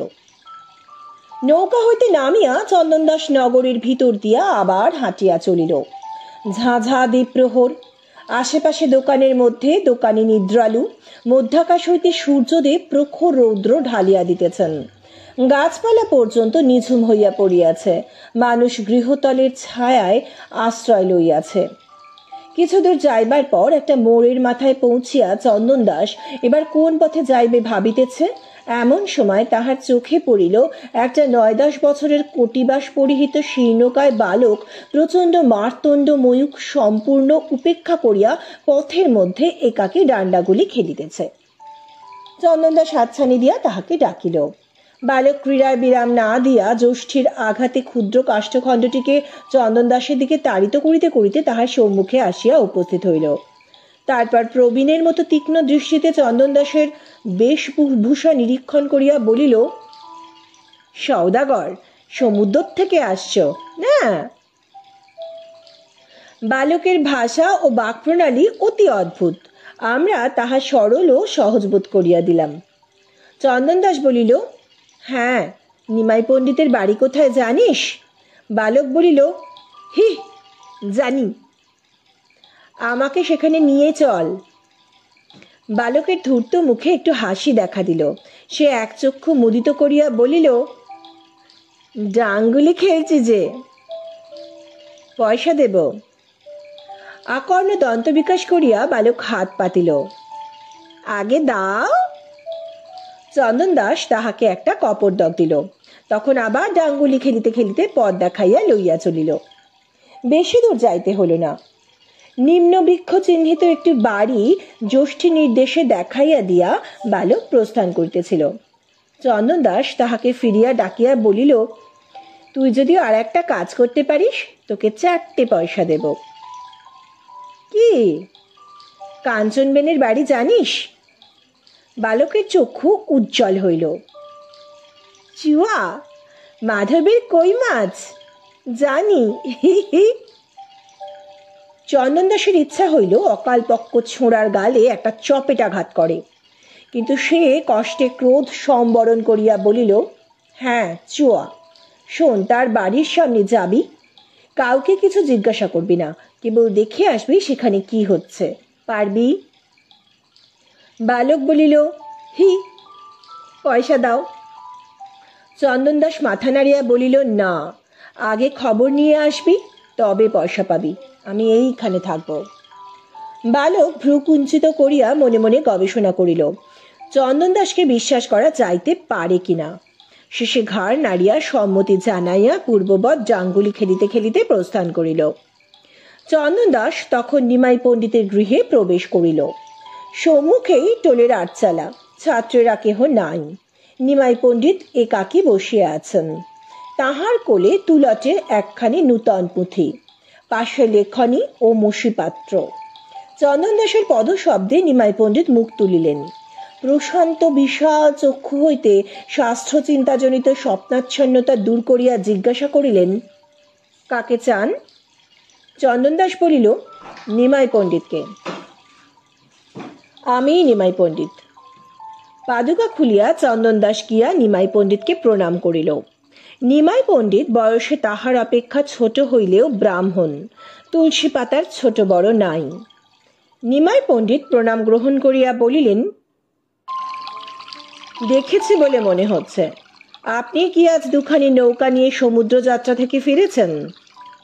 চন্দন দাস বিনীতভাবে বলিল, আগে হ্যাঁ, আমি। নিমাই পণ্ডিত হাসিয়া বলিলেন, আজ আপনার নৌকার ঢেউয়ে নবদ্বীপের একটি অমূল্য রত্ন ভেসে যাচ্ছিল, অনেক কষ্টে রক্ষা করা গিয়েছে। যা হোক, আপনি কি মনে করে? চন্দন দাস নিজের পরিচয় দিয়া শেষে করজোড়ে বলিল, আপনি ব্রাহ্মণ এবং মহাপণ্ডিত, আমাকে আপনি সম্বোধন করলে আমার অপরাধ হয়। নিমাই পণ্ডিত বলিলেন, বেশ, কি ব্যাপার বলো তো? চন্দন দাস বলিল, একটা কাজে আপনার সাহায্য চাইতে এসেছি। নবদ্বীপে কাউকে আমি চিনি না, কেবল আপনার নাম শুনেছি আপনি শুধু অপরাজেয় পণ্ডিত নন, সৎকার্য করবার সাহসও আপনার অদ্বিতীয়। আমাকে সাহায্য করবেন কি? নিমাই পণ্ডিত বুঝিলেন বণিক তনয় আজ গুরুতর কোনো কাজ আদায় করিতে আসিয়াছে। মৃদু হাস্যে বলিলেন, তোমার নম্রতা আর বিনয় দেখে ভয় হচ্ছে। যা হোক, প্রস্তাবটা কি শুনি। চন্দন দাস হাসিল। বুঝিল নিমাই পণ্ডিতকে মিষ্ট চাটুকথায় বিগলিত করা চলিবে না, তাহার সহিত অকপট ব্যবহার করাই শ্রেয়। সে ক্ষণিক চিন্তা করিয়া বলিল, আপনি কাঞ্চনবেনের মেয়ে চুয়াকে জানেন? নিমাই পণ্ডিত তীক্ষ্ণ দৃষ্টিতে চন্দন দাসের মুখের পানে চাহিলেন। তাহার মুখ ঈষৎ গম্ভীর হইল। বলিলেন, চুয়ার কথা নবদ্বীপের সকলেই জানে। চন্দন দাস বলিয়া উঠিল, তবু তাকে উদ্ধারের চেষ্টা কেউ করে না। নিমাই পণ্ডিত স্থির হইয়া রহিলেন, কোনো উত্তর দিলেন না। চন্দন দাস তখন বলিল, আমি চুয়াকে বিয়ে করতে চাই, আপনি সহায় হবেন কি? নিমাই পণ্ডিত বিস্মিত হইলেন। কিছুক্ষণ স্তব্ধ থাকিয়া কোল হইতে পুঁথি নামাইয়া ধীরে ধীরে বলিলেন, কিন্তু চুয়া সম্বন্ধে সব কথা তুমি জানো কি? চন্দন দাস বলিল, যা জানি আপনাকে বলছি। এই বলিয়া আজ নৌকা হইতে নামিবার পর এ পর্যন্ত যাহা ঘটিয়াছিল সমস্ত সবিস্তারে বর্ণনা করিল। শেষে কহিল, এই নির্বান্ধব পুরীতে চুয়া যেমন একা, আমিও তেমন একা। এখন আপনি যদি সাহায্য করেন তবেই কিছু করতে পারি, নচেত একটি বালিকার সর্বনাশ হয়। নিমাই পণ্ডিত ভ্রু কুঞ্চিত করিয়া চিন্তামগ্ন হইলেন। এই সময় সেই বালক ডাঙ্গুলি হস্তে ফিরিয়া আসিল। চন্দন দাস সাগ্রহে তাহাকে কাছে ডাকিতেই সে বলিল, চুয়ার বাড়ির সামনে দুটো পাইক বসে আছে, যে যাচ্ছে তাকে হুমকি দিচ্ছে। আর কি দেখলি? চন্দন দাস জানিতে চাহিল। চুয়া আর তার ঠান্দি ঘরে আছে, চাপা নাপতিনি বুড়ির সঙ্গে কোঁদল করছে। আর কিছু? আর মাধাই চন্দন বেনের ডিঙ্গি লুট করতে গেছে, পয়সা দাও। খুশি হইয়া চন্দন দাস বালককে 4 পয়সার স্থলে 2 গন্ডা দিল। হৃষ্ট বালক তীক্ষ্ণ স্বরে একবার উ বলিয়া উল্লাস জ্ঞানপূর্বক ডাঙ্গুলি খেলিতে খেলিতে প্রস্থান করিল। বালককে বিদায় করিয়া চন্দন দাস নিমাই পণ্ডিতের দিকে ফিরিতে তিনি উদ্দীপ্ত কণ্ঠে বলিয়া উঠিলেন, আমি তোমাকে সাহায্য করব। তোমার উদ্যম প্রশংসনীয়। আমার গাঁয়ের লোক যা করেনি তুমি বিদেশে তাই করতে চাও।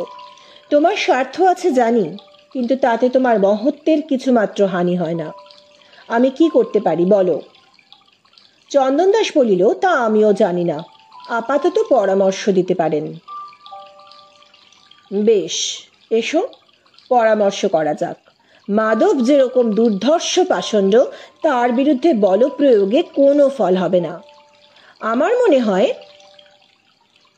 চন্দন দাস বলিল, একটি নিবেদন আছে, আমার বড় তৃষ্ণা পেয়েছে। ব্রাহ্মণ বাড়ি একটু পাদদক পেতে পারি? নিমাই সচকিত হইয়া বলিলেন, তুমি এখনো আহার করনি? চন্দন দাস হাসিয়া বলিল, না, কেবল চুয়ার দেওয়া একখানি বাতাসা খেয়েছে। কি আশ্চর্য, এতক্ষণ বলনি কেন? দাঁড়াও, আমি দেখি বলিয়া খড়ম পড়িয়া তরিতে অন্দরে প্রবেশ করিলেন। বেলা তখন 3য় প্রহর। বিষ্ণুপ্রিয়া দেবী ভৃত্য পরিজন সকলকে খাওয়াইয়া নিজে আহারে বসিতে যাইতেছিলেন। নিমাই গিয়া বলিলেন, একজন অতিথি এসেছে, খেতে দিতে পারবে? বিষ্ণুপ্রিয়া ঘাড় নাড়িয়া বলিলেন, পারব। তারপর ক্ষিপ্র হস্তে দালানে জল ছড়া দিয়া পিঁড়ি পাতিয়া নিজের অন্ন ব্যঞ্জক অতিথির জন্য ধরিয়া দিয়া স্বামীর মুখের পানে চাহিলেন। নিমাই দাঁড়াইয়া দেখিতেছিলেন। স্মিত মুখে চন্দন দাসকে ডাকিতে গেলেন। এই নীরব কর্মপরায়ণা অনাদ্রিতা বধূটি ক্ষণকালের জন্য নিমাই পণ্ডিতের মন হইতে লক্ষ্মী দেবীর স্মৃতি মুছিয়া দিল। অতঃপর চন্দন দাস পরিতোষপূর্বক ব্রাহ্মণ গৃহে প্রসাদ পাইল। পরামর্শ স্থির করিতে অপরাহ্ন গড়াইয়া গেল। যে সকল ছাত্র টলে পড়িতে আসিল নিমাই পণ্ডিত তাহাদের ফিরাইয়া দিলেন। সংকল্প স্থির করিয়া নিমাই বলিলেন, এছাড়া আর তো কোনো উপায় দেখি না। 3য় ব্যক্তিকে দলে টানিতে ভয় করে। কথা জানাজানি হয়ে যদি মাধবের কানে ওঠে তাহলে আর কোনো ভরসা থাকবে না। চন্দন দাস জিজ্ঞাসা করিল, এদেশের মাঝি মল্লাদের বিশ্বাস করা যেতে পারে? অন্য ব্যাপারে বিশ্বাস করা যায়, কিন্তু যে ব্যাপারে মাধব আছে তাতে কাউকে বিশ্বাস করা চলে না। ঘুণাক্ষরে আমাদের মতলব টের পেয়ে তারা আমাদেরই মাধবের হাতে ধরিয়ে দেবে। নিমাই পণ্ডিত বলিলেন, তাহলে? নিমাই হাসিয়া বলিলেন, হ্যাঁ, মাঝি মাল্লার কাজ আমাকেই করতে হবে। কানভট্টের আশীর্বাদ দেখছি এর মধ্যে ফলতে আরম্ভ করেছে। চন্দন দাস বলিল, চুয়াকে খবর আমি দেব। শেষ রাত্রির দিকে পাইকরা ঘুমিয়ে পড়বে, সেই উপযুক্ত সময়, কি বলেন? হ্যাঁ, তুমি তোমার নৌকা পাঠিয়ে দিয়ে বড় বুদ্ধিমানের কাজ করেছ। মাধব নিশ্চিন্তে থাকবে, হয়তো রাত্রিতে চুয়ার বাড়িতে পাহারা নাও থাকতে পারে। অতটা ভরসা করি না, যা হোক দেখা যাক। সন্ধ্যার প্রাককালে দুইজন বাহির হইল। ব্রাহ্মণপল্লী হইতে অনেকটা উত্তরে গঙ্গা তীরে নৌকর সূত্রধরের বাস। সেখানে উপস্থিত হইয়া দুইজনে দেখিলেন রাশি রাশি স্তূপীকৃত শাল, পিয়াল, সেগুন, জারুল কাষ্ঠের প্রাকারের মধ্যে ছোট বড় নানাবিধ নৌকা তৈয়ার হইতেছে। কোনটির কঙ্কাল মাত্র গঠিত হইয়াছে, কোনটি পাটাতনে শোভিত হইয়া পূর্ণাঙ্গ হইয়া উঠিতেছে। বড় বড় বজরা, 50 দাঁড়ের নৌকো, কাহারও হাঙর মুখ, কেহ বা ময়ূরপঙ্খী, কেহ বা আবার হংসমুখী। আবার ক্ষুদ্রকায় ডিঙি, সংকীর্ণ দেহ ছিপও আছে। কোনটি সম্পূর্ণ হইয়াছে, কোনটি এখনো অসম্পূর্ণ। দুইজনে অনেক নৌকা দেখিয়া শেষে একটি ছোট ডিঙি পছন্দ করিলেন। ডিঙির সুন্দর গঠন, 2.5 হাত চওড়া, 8 হাত লম্বা, শোলার মতো হালকা। মাত্র 4 জন লোক তাহাতে বসিতে পারে। নিমাই পণ্ডিত ছুতারকে জিজ্ঞাসা করিলেন, দাম কত? ছুতার কিন্তু ডিঙি বেচিতে রাজি হইল না, বলিল, ফরমাসি ডিঙ্গি। চন্দন দাস জিজ্ঞাসা করিল, এই ডিঙ্গির জন্য কত দাম পাবে? ছুতার একটু বাড়াইয়া বলিল, 3 টঙ্কা। চন্দন দাস নিঃশব্দে তাহার হাতে 1 মোহর দিল। ছুতার স্বপ্নেও এত মূল্য কল্পনা করে নাই। সে কিছুক্ষণ হতবাক থাকিয়া মহানন্দে ডিঙির মালিকত্ব চন্দন দাসকে সমর্পণ করিল। ডিঙি তৎক্ষণাৎ গঙ্গার জলে ভাসানো হইল। নিমাই পণ্ডিত ও চন্দন দাস তাহাতে আরোহণ করিয়া 2 জোড়া দাঁড় হাতে লইলেন। দাঁড়ের আঘাতে ডিঙি জ্যামুক্ত তীরের মতো জলের উপর ছুটিয়া গেল। কিছুক্ষণ গঙ্গাবক্ষে দাঁড় টানিয়া উভয় দেখিলেন ডিঙি নির্দোষ ও অতি সহজে নিয়ন্ত্রণযোগ্য। দুজনে সন্তুষ্ট হইয়া তীরে ফিরিলেন। তারপর নৌকা ছুতারের তত্ত্বাবধানে রাখিয়া নিমাই পণ্ডিত বলিলেন, কাল বৈকালে আমি এসে ডিঙি নিয়ে যাব। ছুতার আহ্লাদে একদিনের জন্য নৌকা রাখিতে সম্মত হইল। অতঃপর নিমাই পণ্ডিত গৃহে প্রত্যাবর্তন করিলেন। চন্দন দাসের তখনও কাজ শেষ হয় নাই। সে গঙ্গার ধার দিয়া ঘাটের দিকে চলিল। যে ঘাটে দ্বীপ্রহরী নৌকা বাঁধিয়াছিল, সেই ঘাটে যখন উপস্থিত হইল, তখন সন্ধ্যার ছায়া ঘনীভূত হইয়া আসিতেছে। ঘাটে কয়েকটি ক্ষুদ্র ডিঙি বাঁধা ছিল। চন্দন দাস কয়েকজন মাঝিকে জিজ্ঞাসা করিল, বাপু, তোমরা জেলে তো? আজ্ঞে কর্তা। তোমাদের মোড়ল কে? একজন বৃদ্ধ গোছের জেলে বলিল, আজ্ঞে কর্তা, আমি মোড়ল, আমার নাম শিবদাস। বেশ, তোমার সঙ্গে আমার কিছু কারবার করতে চাই। এখানে যত জেলে আছে সবাই তোমার অধীন তো? আগে। কত জেলে ডিঙি আছে তোমাদের? তা 30-40 খানা হবে। বেশ, শোনো, তোমাদের যত জেলে ডিঙি আছে সব আমি ভাড়া করলাম। তোমরা জেলে মাঝির দল কাল বেলা 3 প্রহরের সময় বেরুবে। বেরিয়ে শটান স্রোতের মুখে দক্ষিণে গিয়ে শান্তিপুরের ঘাটে নৌকা বাঁধবে। তারপর সেখানে আমার জন্য অপেক্ষা করবে। সন্ধে পর্যন্ত আমি যদি না যাই তাহলে আবার ফিরে আসবে, বুঝলে? বুঝলাম কর্তা, কিন্তু কাজটা কি তা তো এখনো জানতে পারিনি। কাজের কথা শান্তিপুরের ঘাটে জানতে পারবে। কেমন, রাজি আছো?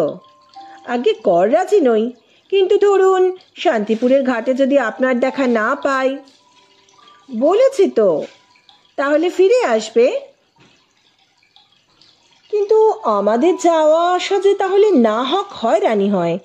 কর্তা, আপনাকে তখন পাবো কোথায়? আপনাকে চিনি না। চন্দন দাস হাসিয়া বলিল, তাহলেও তোমাদের লোকসান হবে না। তোমাদের অর্ধেক ভাড়া আমি আগাম দিয়ে যাব। সব নৌকো শান্তিপুরে যাওয়া আসার জন্য কত ভাড়া লাগবে? শিবদাস মোড়ল বিবেচনা করিয়া বলিল, আগে 10টি টঙ্কার কম হবে না। চন্দন দাস একটু ব্যবসাদারি করিল, কারণ এক কথায় রাজি হইয়া গেলে জেলেরা কিছু সন্দেহ করিতে পারে। কিছুক্ষণ কষা মাজার পর 9 টঙ্কা ভাড়া ধার্য হইল। চন্দন দাস 5 টঙ্কা শিবদাস মোড়লের হাতে দিয়া বলিল, এই নাও, কিন্তু কথার যেন নড়চড় না হয়। আগে শিবদাস মুদ্রা গুনিয়া লইল। আপনি নিশ্চিন্তে থাকুন কর্তা, ঠিক সময় আমরা শান্তিপুরের ঘাটে হাজির থাকব। সব ডিঙি নিয়ে যাবে, একখানাও বাদ না পড়ে। আগে একখানাও বাদ পড়বে না। এই রূপে নবদ্বীপ হইতে সমস্ত ডিঙি তফাত করিবার বন্দোবস্ত করিয়া চন্দন দাস কতটা নিশ্চিন্ত মনে নিমাই পণ্ডিতের গৃহে ফিরিল। সেইখানেই তাহার রাত্রিতে থাকিবার ব্যবস্থা হইয়াছিল। রাত্রি 3 প্রহরে চুয়ার বাড়ির দালানে পাইক 2 জন বসিয়া বসিয়া ঘুমাইয়া পড়িয়াছিল। একজন দেওয়ালে ঠেস দিয়া পদযুগল প্রসারিত করিয়া দিয়াছিল। দ্বিতীয় ব্যক্তি ঘুমের ঘোরে কখন কাত হইয়া শুইয়া পড়িয়াছিল, তাহার নাসারন্ধ্র হইতে কামারের হাপড়ের মতো এক প্রকার শব্দ নির্গত হইতেছিল। চারিদিকে গাঢ় অন্ধকার, কিন্তু অন্ধকারে চক্ষু অভ্যস্ত হইলে কিছু কিছু দেখা যায়। চন্দন দাস নিঃশব্দে ছায়ার মতো দালানে আসিয়া দাঁড়াইল। তাহার বাঁ হাতে সেই ক্ষুদ্র ছোড়া। কিয়ৎকাল মূর্তির মতো দাঁড়াইয়া সে পাইকের নাসিকাধ্বনি শুনিল। তারপর দালানের গাঢ় অন্ধকারের ভিতর তাহার চক্ষু বস্তু নির্বাচন করিতে আরম্ভ করিল। যে পাইকটা বসিয়া বসিয়া ঘুমাইতেছে তাহার পদদ্বয় ঠিক দরজার সম্মুখে প্রসারিত। ভিতরে প্রবেশ করিতে হইলে তাহাকে লঙ্ঘন করিয়া যাইতে হইবে। তাছাড়া দরজার কপাট ভেজানো রহিয়াছে, ভিতর হইতে অর্গলবদ্ধ কিনা বুঝা যাইতেছে না। চন্দন দাস ধীরে ধীরে অতি সন্তর্পণে হাত বাড়াইয়া কপাট একটু ঠেলিল। মরিচা ধরা হাঁসকলে ছুঁচার ডাকের মতো শব্দ হইল। দরজা ঈষৎ খুলিল। হাঁসকলের শব্দে পাইকের হাপড় হঠাৎ বন্ধ হইল। চন্দন দাস স্পন্দিত বক্ষে ছোড়া দৃঢ় মুষ্টিতে ধরিয়া দাঁড়াইয়া রহিল, কিন্তু পাইক জাগিল না। আবার তাহার নাক ডাকিয়া উঠিল। চন্দন দাস তখন আবার কপাট একটু ঠেলিল। কপাট খুলিয়া গেল। এবারও একটু শব্দ হইল বটে, কিন্তু কেহ জাগিল না। তখন চন্দন দাস ইষ্ট দেবতার নাম স্মরণ করিয়া নিঃশব্দে পাইকের পদযুগল লঙ্ঘন করিয়া ভিতরে প্রবেশ করিল। আঙিনায় উপস্থিত হইয়া চন্দন দাস চারিদিকে চাহিল। সম্মুখে কয়েকটা ঘর অস্ফুট ভাবে দেখা যাইতেছে, কিন্তু কোন ঘরে চুয়া ঘুমাইতেছে? চাঁপাও বাড়িতে আছে। চুয়াকে খুঁজিতে গিয়া যদি চাঁপা জাগিয়া ওঠে, তবেই সর্বনাশ। চন্দন দাস কি করিবে ভাবিতেছে, এমন সময় তাহার হাতে মৃদু স্পর্শ হইল। চন্দন দাস চমকিত হইয়া অজ্ঞাত সারি ছোড়া তুলিল। এই সময় তাহার কানের কাছে মৃদু শব্দ হইল, এসেছ? চুয়া। কোমরে ছোড়া রাখিয়া চন্দন দাস 2 হাতে চুয়ার হাত ধরিল। বলিল, চুয়া, এসেছি। চুয়ার নিঃশ্বাসের মতো মৃদু চাপা স্বর থরথর করিয়া কাঁপিতে লাগিল। সে বলিল, তুমি আসবে বলেছিলে, তাই আমি তোমার জন্য সারা রাত জেগে আছি। অন্য সময় কথাগুলি অভিসারিকার প্রণয় বাণীর মতো শুনাইত, কিন্তু বিপদের মাঝখানে দাঁড়াইয়াও চন্দন দাসের মনে হইল এত মধুর শব্দ সমষ্টি সে আর কখনো শুনে নাই। চুয়ার মুখখানি দেখিবার জন্য তাহার প্রাণের দুর্দমনীয় আকাঙ্ক্ষা জাগিতে লাগিল, অথচ অন্ধকারে কিছুই দেখা যায় না। চন্দন দাস চুয়ার কানে কানে বলিল, চুয়া, একটা আলো জ্বালতে পারো না? তোমাকে বড় দেখতে ইচ্ছা হচ্ছে। দুজনে অন্ধকারে হাত ধরাধরি করিয়া দাঁড়াইয়াছিল। চুয়া ক্ষণকাল চিন্তা করিয়া বলিল, আচ্ছা এসো, বলিয়া হাত ধরিয়া লইয়া চলিল। চন্দন দাস তেমনি মৃদুকণ্ঠে জিজ্ঞাসা করিল, চাঁপা কোথায়? ঘুমুচ্ছে। ঠান্দি? ঠান্দিও ঘুমিয়ে পড়েছে। গোয়ালের মতো একটা পরিত্যক্ত ঘরে লইয়া গিয়া চুয়া চকমকি ঠুকিয়া আলো জ্বালিল। তখন প্রদীপের ক্ষীণ আলোকে চুয়ার মুখ দেখিয়া চন্দন দাস চমকিয়া উঠিল। চোখ দুইটি জবা ফুলের মতো লাল, চোখের কোলে কালি পড়িয়াছে।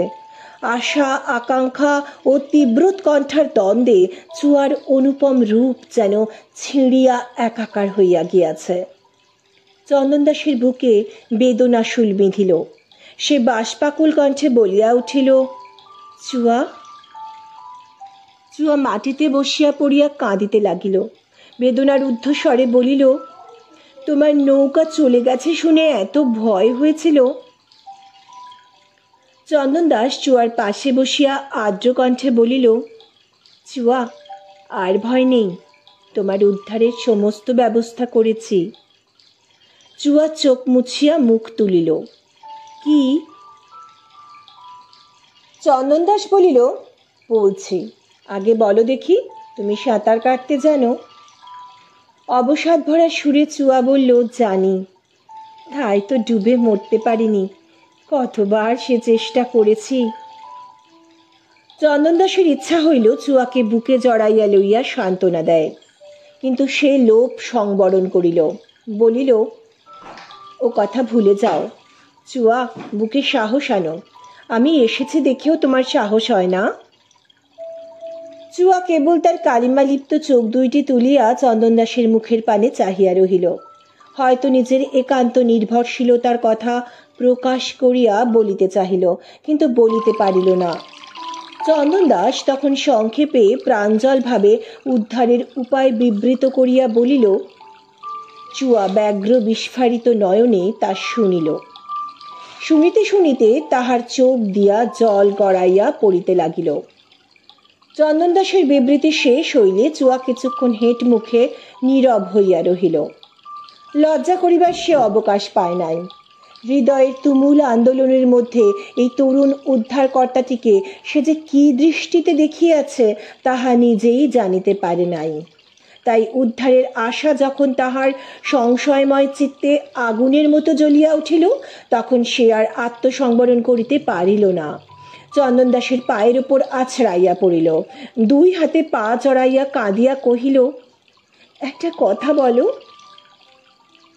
চন্দন দাস চুয়ার মুখ তুলিয়া ধরিবার চেষ্টা করিতে করিতে বলিল, চুয়া, চুয়া, কি কথা? বলো, আমায় বিয়ে করবে? তুমি আমায় প্রবঞ্চনা করছো না? চন্দন দাস জোর করিয়া চুয়ার মুখ তুলিয়া তাহার চোখের উপর চোখ রাখিয়া বলিল, চুয়া, আমার মায়ের নামে শপথ করছে, তোমাকে যদি বিয়ে না করি, যদি আমার মনে অন্য কোনো অভিসন্ধি থাকে, তবে আমি কুলাঙ্গার। চুয়ার মাথা আবার মাটিতে লুটাইয়া পড়িল। তারপর সে চোখ মুছিয়া উঠিয়া বসিল। তবে আমাকে এখনই নিয়ে যাচ্ছ না কেন? চন্দন দাসের ইচ্ছা হইতেছিল এখনই এই কারাগার হইতে চুয়াকে মুক্ত করিয়া পলায়ন করে, কিন্তু সুবুদ্ধি নিষেধ করিল। রাত্রি শেষ হইয়া আসিতেছে, ধরা পড়িবার সম্ভাবনা বড় বেশি। সে মাথা নাড়িয়া বলিল, না, এখন ভরসা হয় না। বাড়ির দৌড়ে পাহারা, যদি ওরা জেগে ওঠে। কিন্তু আমার এখানে আর থাকা বোধহয় নিরাপদ নয়, চাপার ঘুম ভাঙতে পারে। বলিয়া চন্দন দাস অনিচ্ছা ভরে উঠিয়া দাঁড়াইল। চুয়ার মনে আবার ভয় প্রবেশ করিল। সম্মুখে সমস্ত দিন পড়িয়া আছে, কি জানি কি হয়। সে ভয় কাতর চক্ষু দুইটি তুলিয়া বলিল, যাচ্ছ? কিন্তু কোনো ভয় নেই চুয়া, কিন্তু যদি বিঘ্ন হয়, যদি একটা জিনিস দিতে পারবে? কি? একটু বিষ, যদি কিছু বিঘ্ন হয়। চন্দন দাস কিছুক্ষণ শক্ত হইয়া দাঁড়াইয়া রহিল। তারপর ধীরে ধীরে নিজের চুল হইতে সেই কাঁটা বাহির করিয়া দিল। গাঢ় স্বরে বলিল, চুয়া, যদি দেখো কোনো আশা নেই, তবেই ব্যবহার করো, তার আগে নয়। বলিয়া কাঁটার ভয়ঙ্কর কার্যকারিতা বুঝাইয়া দিল। চন্দন দাসের মুখে কিন্তু হাসির প্রতিবিম্ব পড়িল না। সে চুয়ার দুই হাত লইয়া নিজের বুকের উপর রাখিয়া বলিল, চুয়া। বাকপটু চন্দন দাস ইহার অধিকার কথা খুঁজিয়া পাইল না। চুয়া অশ্রু আদ্র হাসি মুখ একবার চন্দন দাসের বুকের উপর রাখিল, অস্ফুট স্বরে কহিল, চুয়া নয়, চুয়া বউ, এই আমাদের বিয়ে। ঘরের বাহিরে আসিবার পর একটা কথা চন্দন দাসের মনে পড়িল। সে বলিল, ঠান্দির কথা ভুলে গিয়েছিলাম। তাকে বলো কাল সন্ধ্যের পর বাড়ি থেকে পালিয়ে যেন নিমাই পণ্ডিতের বাড়িতে যায়। সেখানে 2-1 দিন লুকিয়ে থাকবে, তারপর আমি তাকে নিয়ে যাবার ব্যবস্থা করব। গ্রীষ্মের হ্রস্ব রাত্রি তখন শেষ হইয়া আসিতেছে। কাক কোকিল ডাকে নাই, কিন্তু বাতাসে আসন্ন প্রভাতের স্পর্শ লাগিয়াছে। পূর্বাকাশে শুকতারা দপদপ করিয়া জ্বলিতেছে। আঙিনায় দাঁড়াইয়া চন্দন দাস আর একবার চুয়ার 2 হাত নিজের বুকে চাপিয়া লইল। তারপর যেভাবে আসিয়াছিল সেইভাবে ছায়ামূর্তির মতো বাহির হইয়া গেল। পাইক 2 জন শেষ রাত্রির গভীর ঘুম ঘুমাইতে লাগিল। অমাবস্যার সংশয়পূর্ণ দিবস ধীরে ধীরে ক্ষয় হইয়া আসিল। অপ্রত্যাশিত কিছু ঘটিল না।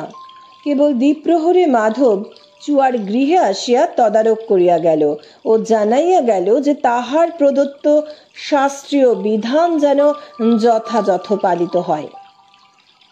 এখানে চাঁপার কাজ শেষ হইয়াছিল। মাধবের অনুমতি পাইয়া সে প্রমোদ উদ্যানে পূজার আয়োজন করিতে গেল। সায়াহ্নে নবদ্বীপের ঘাটে স্নানার্থীর ভিড় বিশেষ ছিল না। 2-4 জন নারী গা ধুইতে যাইতেছিল, কেহ কেহ কলসে ভরিয়া গঙ্গাজল লইয়া যাইতেছিল। পুরুষের সংখ্যা অল্প। কেবল একজন পুরুষ অধীরভাবে সোপানের উপর পদচারণ করিতেছিল ও মাঝে মাঝে স্থির হইয়া উৎকর্ণভাবে কি শুনিতেছিল। তাহার গলায় মুক্তাহার বিলম্বিত, অন্যথা সাধারণ বাঙালির বেশ। বলা বাহুল্য সে চন্দন দাস। ক্রমে সূর্য নদীর পরপারে অস্তমিত হইল। নিদাঘ কালের দ্রুত সন্ধ্যা যেন পক্ষ বিস্তার করিয়া আসিয়া ভাগীরথীর জলে ধূসর ছায়া বিছাইয়াছিল। পাশে নৌকা ঘাট নির্জন ও নিস্তব্ধ। জেলেডিঙি একটিও নাই।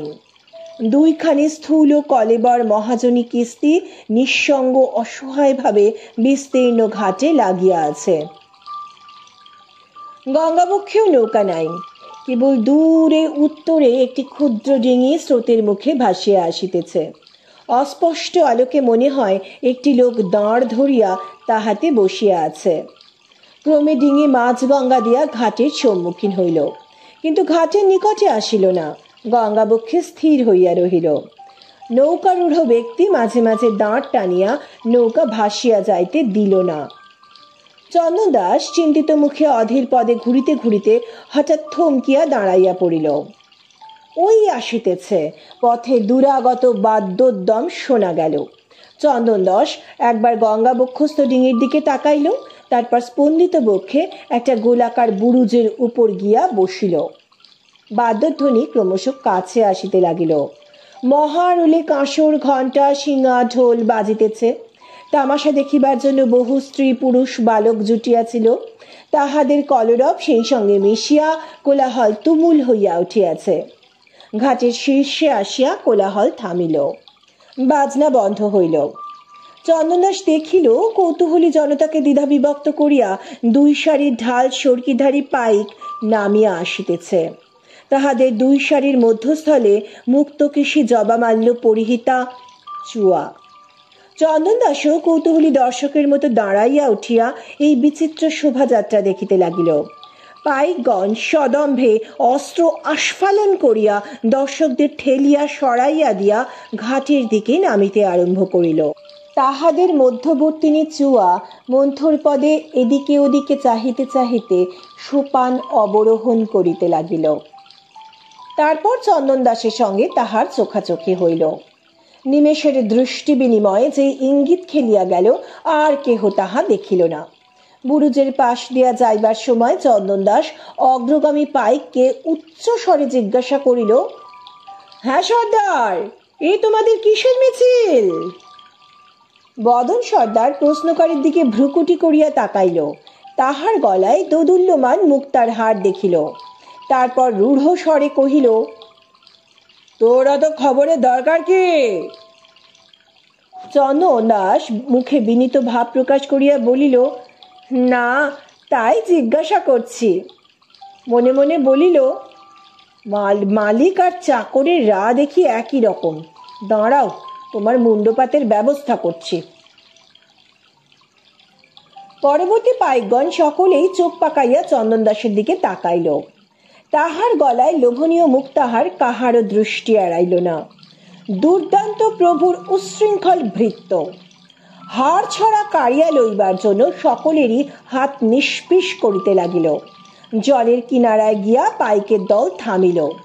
চুয়া সোপান হইতে ঝুঁকিয়া গঙ্গাজল মাথায় দিল।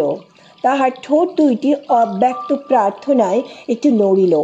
তারপর সে ধীরে ধীরে জলে অবতরণ করিল।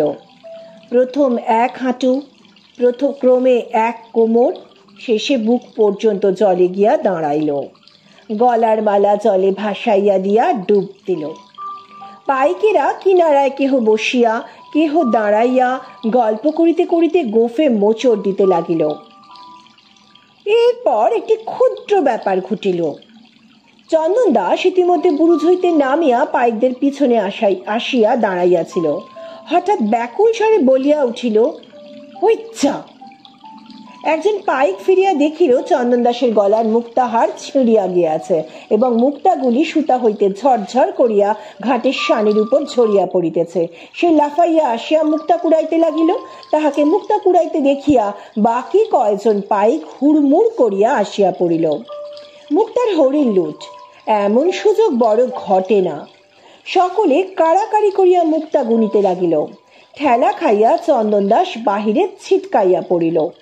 পাইকরা মুক্তা কুড়াইতেছে, দর্শকেরা তাহাদের ঘিরিয়া লুব্ধ চক্ষে দেখিতেছে।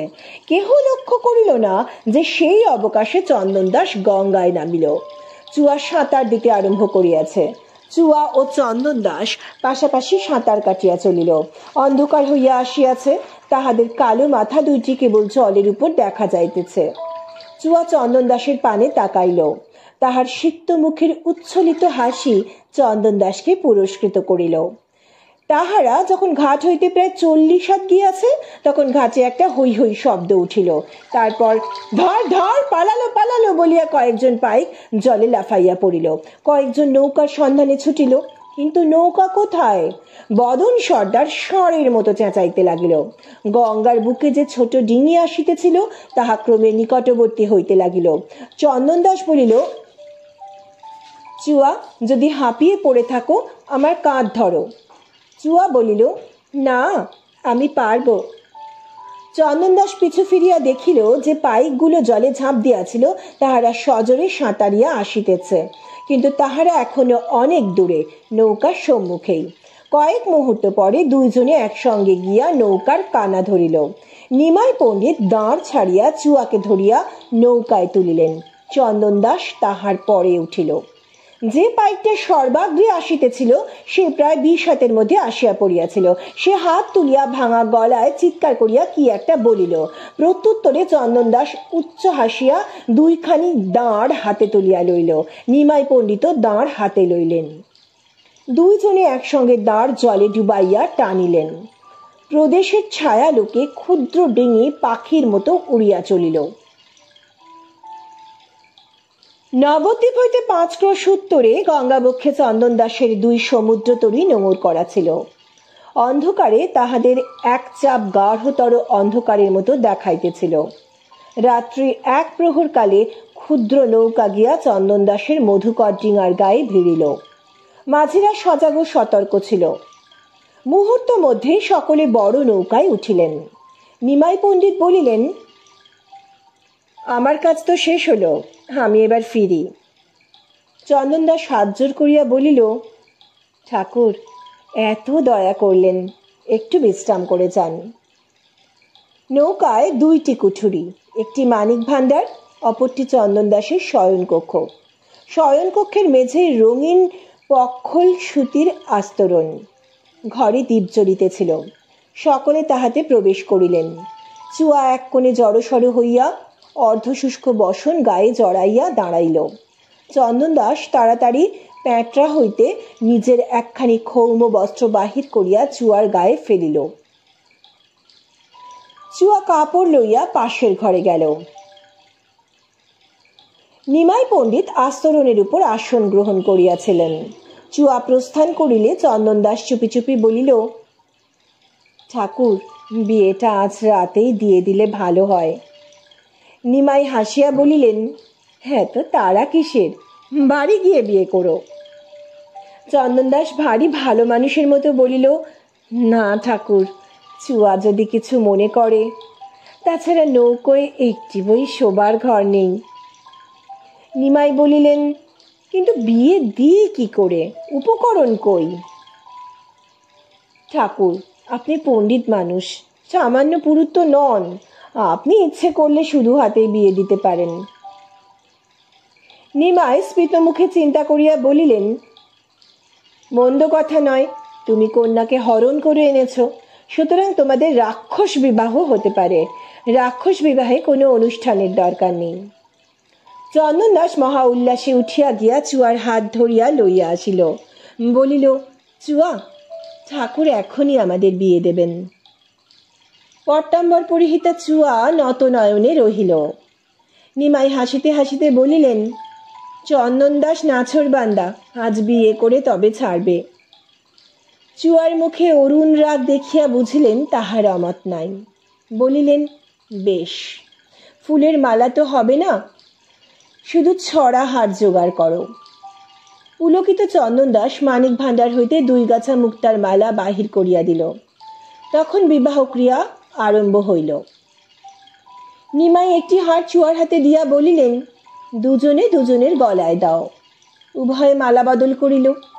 নিমাই বলিলেন, ঈশ্বর সাক্ষী করে গঙ্গার বুকের ওপর ব্রাহ্মণ সাক্ষাতে আজ তোমরা স্বামী স্ত্রী হইলে।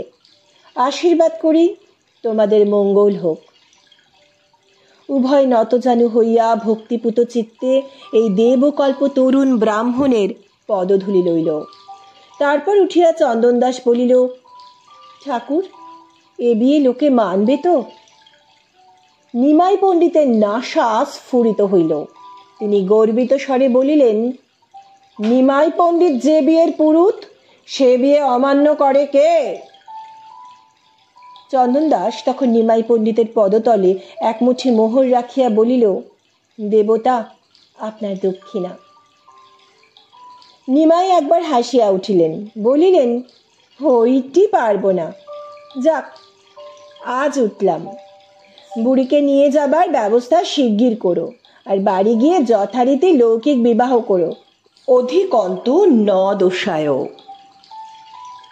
তা করব, কিন্তু ঠাকুর, আপনি ক্লান্ত, 5-6 ক্রোশ দাঁড় টেনে এসেছেন, আজ রাত্রিটা নৌকোয় কাটিয়ে গেলে হতো না? চন্দন দাস বলিল, না, আজই আমায় ফিরতে হবে।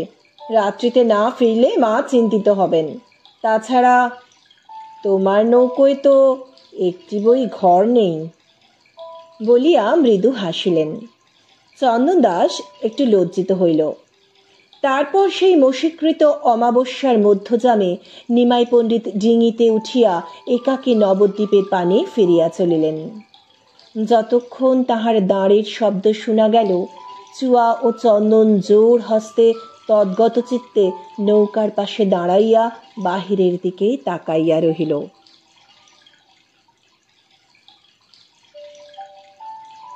বন্ধুরা, আজকের গল্প এখানেই শেষ হলো। সুস্থ থাকবেন, ভালো থাকবেন। নমস্কার।